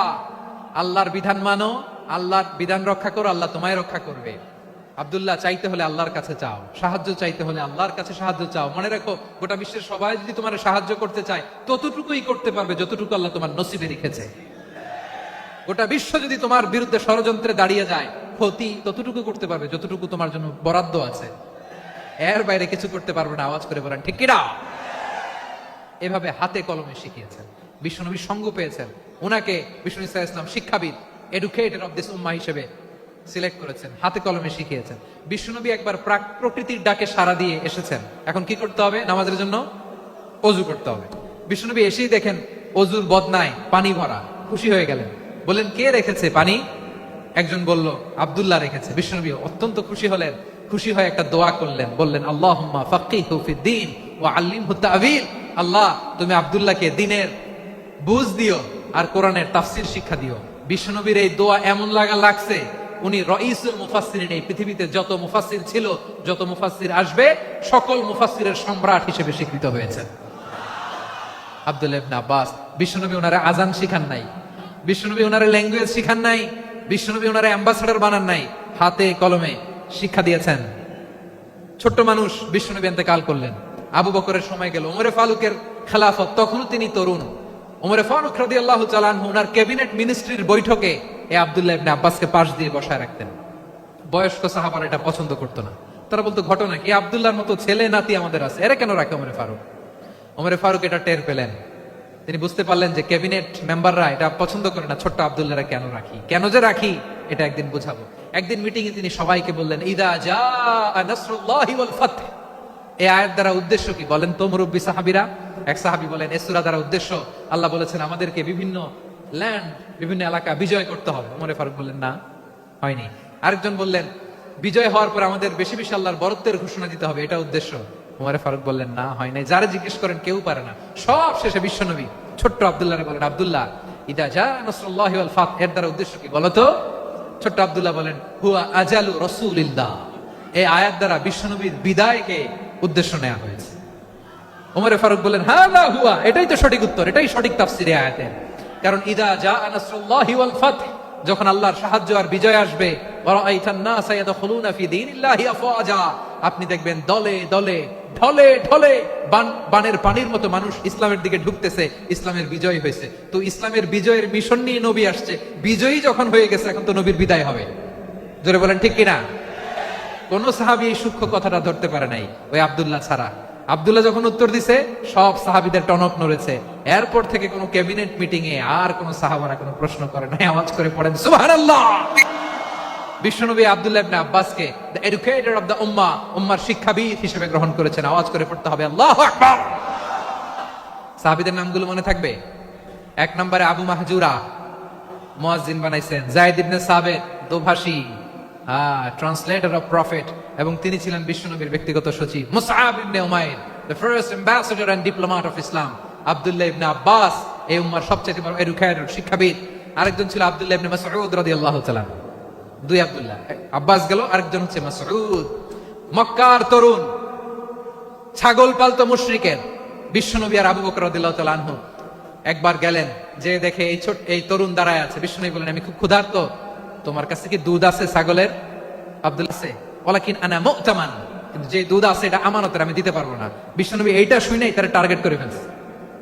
আনা মু'তামান, দুধ আছে, কিন্তু এটা আমার মালিকের, আমি তো দরদ দেখাই, আমার মালিকের দুধ, আপনি পথিক, আপনারা দিতে পারি না। বিশ্বনবী টার্গেট করে ফেলছেন, এরা আমার কাজে লাগাইতে হবে। বিশ্বনবী বললেন, আচ্ছা ঠিক আছে, দুধ দিও না, কিন্তু এমন ছাগি আছে কিনা যেই ছাগির সাথে কোনো ছাগলের মিলন হয় নাই, তার ওলানে দুধও আসে নাই, বাচ্চাও নাই, এরকম ছাগির থেকে যদি আমি দুধ খাই তাহলে তো সমস্যা নাই। বলতেছে, এরকম ছাগির থেকে দুধ খাইলে সমস্যা নাই, কারণ এরকম ছাগির ওলান থেকে দুধ আসবেও না। বলতেছে, ঠিক আছে, এরকম একটা ছাগি নিয়ে আস। নিয়ে আসা হলো। বিশ্বনবী বিসমিল্লাহ বলে ওই ছাগির ওলানে হাত দিলেন। হাত দিতে দেরি, পুরো ওলানটা দুধে ভরে যেতে দেরি হয় না। বিশ্বনবী আর আবু বকর রাদিয়াল্লাহু তাআলা আনহু দহন করে পেট ভরে খেলেন। এই দৃশ্য আব্দুল্লাহ ইবনে মাসউদের হৃদয়ে দাগ কাটলো। এই মুজিজা দেখে তিনি বললেন, আশহাদু আল্লা ইলাহা ইল্লাল্লাহ ওয়া আশহাদু আন্না মুহাম্মাদুর রাসূলুল্লাহ। তিনি ষষ্ঠ মুসলিম ছিলেন, 6 নম্বর মুসলমান। ওনাকে টার্গেট করে বিশ্বনবী দেখলেন এমন ইন্টেলেকচুয়াল ব্রেন, উনি সূক্ষ্ম সূক্ষ্ম জিনিস বুঝে বেশি, ফিকহি জ্ঞান ওনার মধ্যে বেশি। বিশ্বনবী ওনাকে কোরআনের জ্ঞান শিক্ষা দিতে লাগলেন। উনি বিশ্বনবী সবার কাছে কোরআন শোনায়, কিন্তু বিশ্বনবী নিজে আব্দুল্লাহ ইবনে মাসউদের কাছ থেকে কোরআন শুনতো। বিশ্বনবী একবার বললেন, ইকরা আলাইয়া ইয়া মাসউদ। ইবনে মাসউদ, একবার শোনাও তো কোরআন দেখি। আব্দুল্লাহ ইবনে মাসউদ বলে, আকরাউ আলাইকা ওয়া আলাইকা উনজিল। নবী, আপনার উপর কোরআন নাজিল হয় আর আমি আপনার সামনে কোরআন পড়ব। বিশ্বনবী বললেন, ইন্নী উহিব্বু আন আসমাআহু মিন গায়রি। আমি নিজে পড়তে যেমনি ভালোবাসি, অন্যে পড়ুক আমি শুনবো, এটাও আমি ভালোবাসি। সূরা নিসা তিনি তেলাওয়াত করে শুনিয়েছেন। এমন সূক্ষ্ম সূক্ষ্ম বিষয় বিশ্বনবী উনাকে ধরিয়ে দিয়েছেন, উনি হয়ে গিয়েছেন আব্দুল্লাহ ইবনে আব্বাস হয়েছেন রাইসুল মুফাসসিরিন, উনি হয়ে গিয়েছেন ফাকিহুল উম্মাহ। উনার চাইতে বড় ফকি এই পৃথিবী আর দেখবে না। চিল্লায় বলেন সুবহানাল্লাহ। উনি বলতেন ওয়াল্লাহি ওয়াল্লাহি ইল্লাযী লা ইলাহা গায়রু মা উনজিলাত সূরাতুন ইল্লা ওয়া আনা আ'লামু আইনা উনজিলাত ওয়া ফীমা উনজিলাত। বিশ্বনবী এমন ভাবে কোরআনের দার্স আমাকে দিয়েছেন, কোরআনে যত সূরা নাজিল হয়েছে, যেখানে নাজিল হোক না কেন আমি জানি এটা কোথায় নাজিল হয়েছে এবং কোন প্রেক্ষাপটে নাজিল হয়েছে। এমন একটা সূরা নাই যে সূরার কোথায় নাজিল হয়েছে আমি মাসুদের জানা নাই, কোন প্রেক্ষাপটে নাজিল হয়েছে আমার জানা নাই। এরকম ঘটবে না। চিল্লায় বলেন আল্লাহু আকবার। এই আব্দুল্লাহ ইবনে মাসউদ রাদিয়াল্লাহু তাআলা ওমর ফারুকের সময় কুফার চিফ জাস্টিস ছিলেন। কুফা নগরের চিফ জাস্টিস। চিফ জাস্টিস বুঝেন নাই? বিচারপতি। কি ছিলেন? সবাই বলে নাই কি ছিলেন? বিচারপতি ছিলেন। এবং উনার যে ফিকহি জ্ঞানের ধারা, এটাই আলকামা, ইব্রাহিম আন-নাখাই, হাম্মাদ ইবনে সুলাইমান হয়ে ইমাম আবু হানিফা পর্যন্ত পৌঁছেছে। এবং উনার ফিকহি জ্ঞানের ধারাই হানাফি মাযহাবে অ্যাকসেপ্ট হয়েছে। আজও এগুলো হানাফি মাযহাবে চর্চিত হয়। হানাফি মাযহাবের সব ফিক আব্দুল্লাহ ইবনে মাসউদের ফিকহি জ্ঞানের ধারা থেকে নেওয়া হয়েছে। চিল্লায়া পড়েন সুবহানাল্লাহ। তাহলে উনাকে বিশ্বনবী বানিয়েছেন জুরিস্ট, আইনবিদ, ফাকিহ। উনারে আজান শিখান নাই। হিউম্যান রিসোর্স ডেভেলপমেন্ট কিভাবে করবেন, মানব সম্পদের উন্নয়ন কিভাবে করতে হয়, কিভাবে যার যেখানে প্রতিভা কাজে লাগাতে হয় উনি দেখিয়েছেন। সুবহানাল্লাহ পড়বেন না? খালিদ বিন ওয়ালিদ নাম শুনছেন? কে কে শোনেন নাই হাত তোলেন। কি ছিলেন? বীর যোদ্ধা ছিলেন খালিদ বিন ওয়ালিদ। কিন্তু তিনি ইসলাম ধর্ম গ্রহণ করেছেন অনেক দেরিতে, 8ম হিজরিতে। তার মানে 8ম হিজরির আগে উনি মুশরিকদের পক্ষে লড়াই করেছেন। ওনার হাতে কত মুসলিম সাহাবী যে নিহত হয়েছে হিসাব নাই। বিশ্বনবী টার্গেট করে রাখছে, তুমি আমাদের মুসলিমদের এত ক্ষতি করলা, তুমি যখন মুসলমান হবা তোমারে দিয়ে আমি এমন কাম করাবো যে এটা আর কেউ করতে পারবে না। সুবহানাল্লাহ নাই? যশোর ক্লান্ত হয়ে গেছে।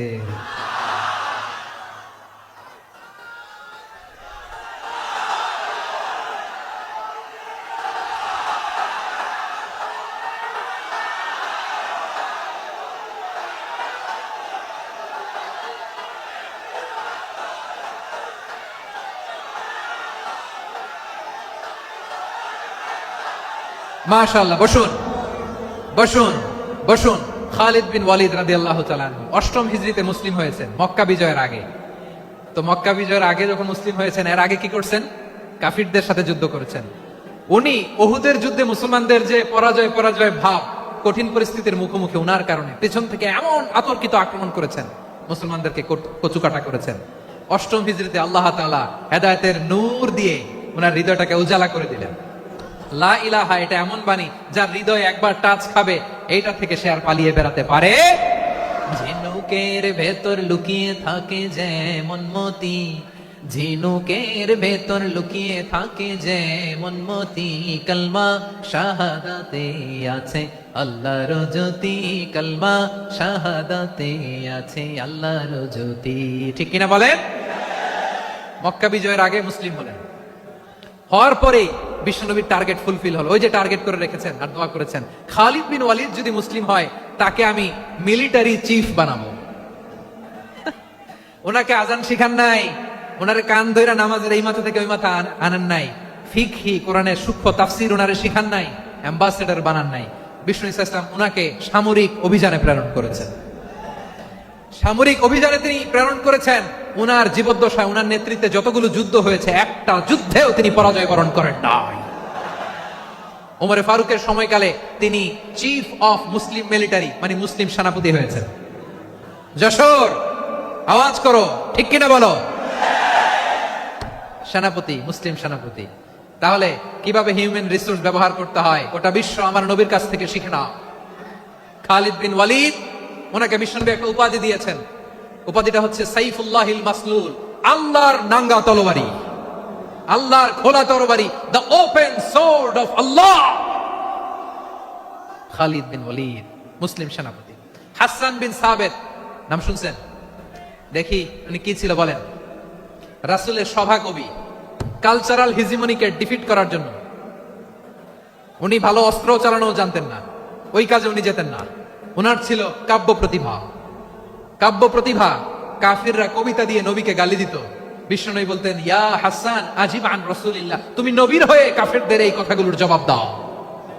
বিশ্বনবীর একটা মিম্বার ছিল, বিশ্বনবীর মিম্বারের পাশাপাশি মসজিদে নববীতে এই হাসান বিন সাবিতের জন্য বিশ্বনবী একটা স্পেশাল মিম্বার বানিয়ে দিয়েছেন। এখান থেকে তুমি জবাব দাও। এবং বিশ্বনবী বলেছেন, আল্লাহুম্মা আইয়িদহু বিরূহিল কুদুস, আল্লাহ হাসান আমার পক্ষে জবাব দেয়, তুমি জিব্রাইল মারফত তাকে সাহায্য পাঠাইয়া দিও। রাসূল সাল্লাল্লাহু আলাইহি ওয়াসাল্লামের সভা কবি, the poet of the prophet, নবীর কবি। উনি কবিতা দিয়ে, এমন উচ্চাঙ্গের ভাষায় কবিতা দিয়ে তিনি জবাব দিতেন, কাফিরদের গা শিহরে যেত, তাদের হৃদয়ে আগুন ধরে যেত। তাহলে এরকম কবিরও দরকার আছে না নাই? এখন যাকে আল্লাহ দিছে কাব্য প্রতিভা, এরা যদি আপনি যুদ্ধের ময়দানে পাঠান হবে? যারে দিছে সুরেলা গলা, এরা যদি অ্যাম্বাসেডর বানান হবে না। হাসান বিন সাবিত ছিলেন বিষ্ণু ইসলামের কবি। হুযায়ফা ইবনুল ইয়ামান বিশ্বনবীর গোয়েন্দা বিভাগের প্রধান। কিসের প্রধান? হুযায়ফা ইবনুল ইয়ামান। ওনার ছিল ডিটেকটিভ মাইন্ড, ডিটেকটিভ মাইন্ড, গোয়েন্দা বিভাগের প্রধান। এবং উনি হচ্ছেন সাহিবু সিররি রাসূলিল্লাহ, রাসূল সাল্লাল্লাহু আলাইহি ওয়াসাল্লামের গোপন তথ্যের ধারক বাহক। নবীর যেই কথা কেউ জানে না, সব হুযায়ফার পেটের ভিতরে ছিল। সুবহানাল্লাহ পড়েন। মদিনার যত ইহুদিদের একটা লিস্ট ছিল, এই লিস্ট শুধু দুইজন জানতো, বিশ্বনবী আর হুযায়ফা। সুবহানাল্লাহ পড়বেন না? তাহলে উনাকে কোন দায়িত্ব দিছে? কোন বিভাগ? যশোর, আওয়াজ করো, কোন বিভাগ? গোয়েন্দা বিভাগের হেড ছিল। খন্দকের যুদ্ধে প্রচন্ড আজকের মতো শৈত্য প্রবাহ, মাটি খনন করতে করতে সাহাবীদের পেটে ক্ষুধা নাই, দাঁড়াইতে পারে না নামাজের জন্য, এত ক্লান্ত, ক্ষুধা, ক্লান্ত, শ্রান্ত। বিশ্বনবী বলেন, কে আছো এই কঠিন শীত, এই ভয় আর ক্ষুধার মধ্যেও খন্দকের পরীক্ষার টপকে শত্রু শিবিরে যে আমাকে তথ্য দিবা, কে আছো? কারো গায়ে শক্তিই নাই যে দাঁড়াবে, কেউ দাঁড়ায় না। বিশ্বনবী তখন নিজে হুযায়ফাকে ডাক দিলেন, হুযায়ফা, যে আমাকে আজকে শত্রু শিবিরের তথ্য এনে দিবে, সে জান্নাতে আমার মোরাফাকা, আমার সঙ্গী হবে। হুযায়ফা রাদিয়াল্লাহু ইবনুল ইয়ামান জীবনের ঝুঁকি নিয়ে এই ক্ষুধা, শৈত্য প্রবাহ, কোল্ড ওয়েভস কে উপেক্ষা করে পরীক্ষা টপকে শত্রু শিবিরে যে সবার কথাগুলো চুপে চুপে শুনে বিশ্বনবীর দরবারে এসে গোয়েন্দাদের মতো তথ্য সরবরাহ করেছে। বিশ্বনবীর গোয়েন্দা বিভাগের প্রধান হুযায়ফা ইবনুল ইয়ামান ইন্টেলিজেন্স বিভাগ চালাতেন। মুনাফিকদের নাম ওনার কাছে ছিল। মুআয ইবনে জাবাল মদিনা রাষ্ট্রের সবচেয়ে সিনিয়র আমলা ছিলেন। আমলাতন্ত্র চিনেন তো? প্রশাসনিক কাজ যারা চালায়, অ্যাডমিনিস্ট্রেশন বোঝেন না? The department of administration. মদিনার রাষ্ট্রের সিনিয়র আমলা মুআয ইবনে জাবাল মুতাখাসসিসুন ফিল হালাল ওয়াল হারাম, হালাল হারামের স্পেশালিস্ট ছিলেন। বিশ্বনবী উনাকে ইয়ামানের গভর্নর করে পাঠাইছেন।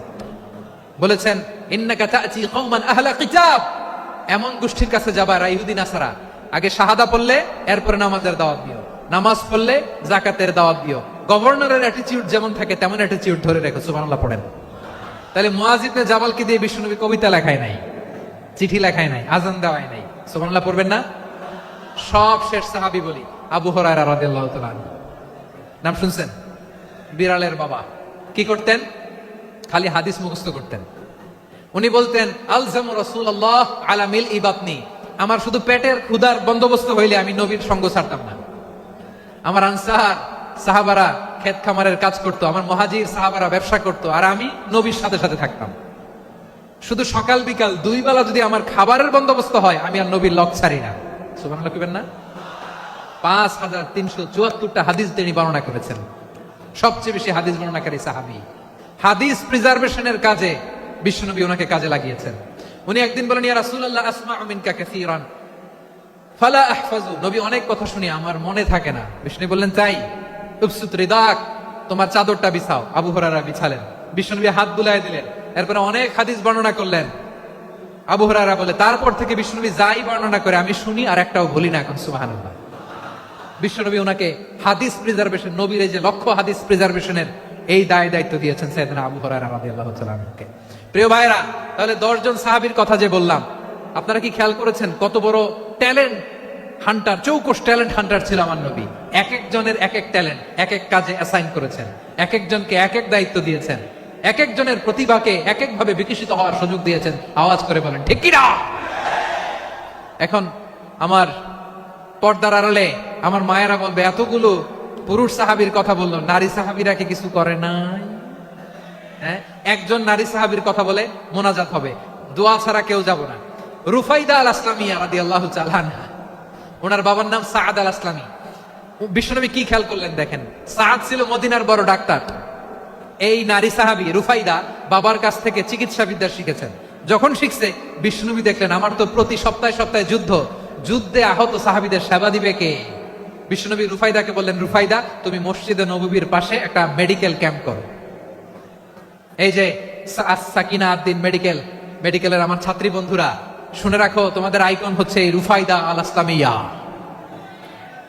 বিশ্বনবীর ডিরেকশন অনুযায়ী তিনি মসজিদে নববীর পাশে একটা মেডিকেল ক্যাম্প করলেন এবং আহত সাহাবাদের চিকিৎসা উনি ওনার টিম নিয়ে দিতেন। বিশ্বনবীর পরামর্শে উনি আনসারি এবং মুহাজির মহিলা সাহাবীদেরকে নিয়ে একটা স্পেশাল মেডিকেল টিম গঠন করলেন। খায়বার যুদ্ধে ৭ম হিজরিতে যখন বিশ্বনবী যায়, উনি ওনার টিম নিয়ে আসলেন, বললেন, ইয়া রাসূলুল্লাহ, আমরা তো তলোয়ার চালাতে পারি না, আমরা তো তীর মারতে পারি না, আপনি যদি অনুমতি দেন খায়বার অভিযানে আমি আমার টিম নিয়ে মেডিকেল টিমের সেবাটা সার্ভিসটা দিতে চাই। পড়েন সুবহানাল্লাহ। বিশ্বনবী অনুমতি দিলেন, যোদ্ধা সাহাবীদের সাথে রুফাইদা আল আসলামিয়া উনিও মেডিকেল টিম নিয়ে অগ্রসর হলেন। খায়বারের প্রতিটা আহত ইনজুর্ড সাহাবী, যারা ইনজুরি শিকার হয়েছেন, সবাই রুফাইদা আল আসলামিয়ার মেডিকেল ক্যাম্প থেকে চিকিৎসা সহায়তা পেয়েছেন। সুবহানাল্লাহ পড়েন। দেখেন কিভাবে বিশ্বনবী ট্যালেন্ট বাছাই করতেন, আপনি অবাক হবেন। বাহরাইনের মেডিকেল ইউনিভার্সিটিতে রুফাইদা আল আসলামিয়া মেডিকেল প্রাইজ অ্যাওয়ার্ড প্রতি বছর দেওয়া হয়। যদি আদ্দিনের এই মেডিকেল আমার বোনেরা যদি জেনে থাকো জানো, না হলে নতুন করে জানো, সার্চ দিও, রুফাইদা আল আসলামিয়া মেডিকেল অ্যাওয়ার্ড বাহরাইনের ইউনিভার্সিটিতে দেওয়া হয়। প্রিয় ভাইয়েরা, তাহলে আলোচনার সামারি আমরা করি। বিশ্বনবী যার যেখানে ট্যালেন্ট তাকে ওইখানে কাজে লাগাতেন। আওয়াজ করে বলেন ঠিক কিনা? এবার একটা ইন্টারভিউ হবে, আওয়াজ করে বলেন, আবু মাহজুরাকে বিশ্বনবী কি বানাইছেন? হ্যাঁ, ভুলে গেছেন? সামনের চুলে হাত দিয়ে বিশ্বনবী কি সুন্দর গলায় আজান শিখালেন। মুয়াজ্জিন যায়েদ বিন সাবিতকে একাডেমিক প্রজেক্টের দায়িত্ব দিয়েছেন, তিনি ছিলেন বিশ্বনবীর দোভাষী ব্যক্তিগত সচিব। মুসআব ইবনে উমাইর, the first ambassador of Islam. আব্দুল্লাহ ইবনে আব্বাস, উম্মার বড় শিক্ষাবিদ মুফাসসির। আব্দুল্লাহ ইবনে মাসউদ ছিলেন জুরিস্ট। কি ছিলেন?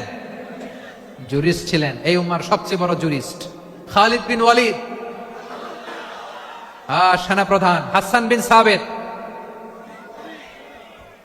বিন সাবিত ছিলেন বিশ্বনবীর সভাকবি। কি ছিলেন? বিশ্বনবীর সভাকবি ছিলেন। এরপরে হুযায়ফা ইবনুল ইয়ামান কি ছিলেন? গোয়েন্দা বিভাগের প্রধান। মুআদ ইবনে জাবাল কি ছিলেন? সিনিয়র আমলা, ইয়ামানের গভর্নর। আবু হুরায়রা রাদিয়াল্লাহু তাআলা আনহু হাদিস প্রিজার্ভেশনের কাজ করেছেন। আর আমাদের রুফাইদা আল আসলামিয়া রাদিয়াল্লাহু তাআলা আনহা কি ছিলেন? নার্স ছিলেন, নার্স হয়ে মেডিকেল সেবা দিয়েছেন। প্রিয় ভাইরা, পুরো আলোচনার যদি সামারি করি, তাহলে বিশ্বনবী যেভাবে হিউম্যান রিসোর্সকে ম্যানেজ করেছেন, যার যেখানে প্রতিভা কাজে লাগিয়েছেন, আমরাও যদি করি, আমাদের বাংলাদেশের চিত্র আমরা পাল্টে দিতে পারব। আমরা শুরুতে শুনেছি মানুষের আছে অসীম সম্ভাবনা, প্রতিটা মানুষ অনন্য, যত্ন নিলে, যথাযথ পরিচর্যা করলে মানুষ বিশ্ব জয় করতে পারে। ঠিক কিনা? আমাদের হাফেজে কোরআনের সামনে দাঁড়াতে পারে এমন কোন হাফেজে কোরআন আল্লাহর জমিনে জন্ম হয় না, ওটা বিশ্ব কাঁপিয়ে তারা সেরা। আমাদের ক্রিকেটাররা সেরা, আমাদের তৈরি পোশাক শিল্প সেরা, এরকম অনেক অনেক সেরা জিনিস আছে, আমরা এগুলোর নার্চারিং করতে পারি নাই, পরিচর্যা করতে পারি নাই, সঠিক তারবিয়াতের অভাব। তাহলে মানুষের অসীম সম্ভাবনাকে কাজে লাগাতে হবে। ঠিক কিনা বলেন? ইউনুস গভর্নমেন্টকে আমি বলবো, অল্প সময়ের জন্য আপনারা এসেছেন, সংস্কারও করতে হবে, আবার নির্বাচনও করতে হবে। সব সংস্কার হতে করতে পারবেন না, যতটুকু পারবেন এর মধ্যে আমাদের যে হিউজ ম্যান পাওয়ার, আমাদের যে মানব সম্পদ, হিউম্যান রিসোর্স, এটাকে ডেভেলপ করে আপনাদের যেতে হবে। যেটা পারবেন না সেটাকে পরবর্তী নির্বাচিত গভর্নমেন্টের কাছে রেখে যেতে হবে, তারা যেন করে, তাদের কাছে আপনারা এটা রেখে যাবেন। তাহলে মানুষ চাইলে বিশ্ব জয় করতে পারে। আর মানুষকে হারাতে পারে কেউ? জোরে বলো যশোর। মানুষকে হারাতে পারে কেউ? আল্লাহ আমাদেরকে জনসংখ্যা দিয়েছেন। প্রিয় ভাইরা, এই জনসংখ্যা অনেক বড় সম্পদ, এটা আমাদের জন্য অভিশাপ নয়, আশীর্বাদ।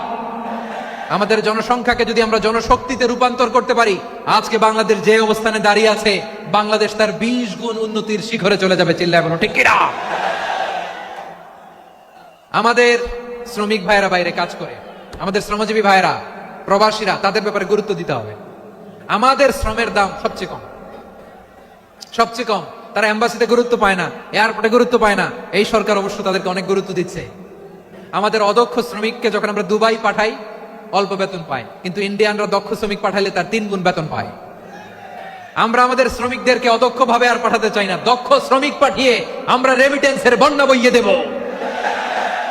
আমাদের শ্রমিকদের পাঠানো রেমিটেন্সের টাকায় সচল থাকে আমার দেশের অর্থনীতির চাকা। তাদেরকে সবচেয়ে গুরুত্ব দিতে হবে। আমরা পেয়েছি ফ্রিডম ফাইটার, মুক্তিযোদ্ধা, আর আমার প্রবাসী ভাইরা হচ্ছে রেমিটেন্স ফাইটার। জোরে বলো ঠিক কিনা? তাহলে আমাদের এই জনশক্তিকে জনসম্পদে ট্রান্সফর্ম করতে হবে, ঠিক কিনা বলেন? সরকার জনগণকে এভাবে পলিশ করতে হবে। মা বাবারা ছেলে মেয়েদের মধ্যে কার কোন যোগ্যতা তাকে ওইভাবে কাজে লাগাতে হবে। সবার A+ পাওয়ার কোনো দরকার নাই। আমাদের দেশে একটা টেন্ডেন্সি আছে, পরীক্ষায় A+ না পাইলে তুই কি করলি? পাশের বাড়ির ছেলে A+ পাইছে, যা ওর পা ধোয়া পানি খা। কি খা? তা আমি ভাবছি যে পা ধোয়া, A+ পাওয়া ছেলেদের পা ধোয়া পানির একটা পানির ব্র্যান্ড বানাইতে হবে। এরকম লেখা থাকবে, A+ পাওয়া ছেলেদের পা ধোয়া পানি। খাওয়া নাই, এগুলার খাওয়া নাই। ওরে আল্লাহ A+ পাওয়ার জন্য বানাইছে, আর আপনার ছেলেকে এই A+ গুলারে নিয়ন্ত্রণ করার জন্য আল্লাহ বানাইছে। ওকে দিয়ে আল্লাহ কি করবে আপনি জানেনই না। একটা A+, একটা A গ্রেড একটা মানুষের জীবনকে ঠিক করে দিতে পারে না। আপনার ছেলেকে আল্লাহ অন্যদিকে যোগ্যতা দিয়েছে। ওদের মনোবল ভাঙবেন না, খবরদার, খবরদার। ছেলে মেয়েদের মনোবল ভাঙবেন না। যাকে দিয়ে যেটা হবে তাকে দিয়ে সেটা করতে হবে, তার প্রতিভাকে সেভাবে কাজে লাগাতে হবে। তাহলে বাংলাদেশ, আমাদের এই জনসংখ্যা জনসম্পদে রূপান্তরিত হবে। আমাদের সরকারের তত্ত্বাবধানে আমাদের 18 কোটি জনগণ দক্ষ জনশক্তিতে রূপান্তরিত হোক। আমরা চাই কি চাই না?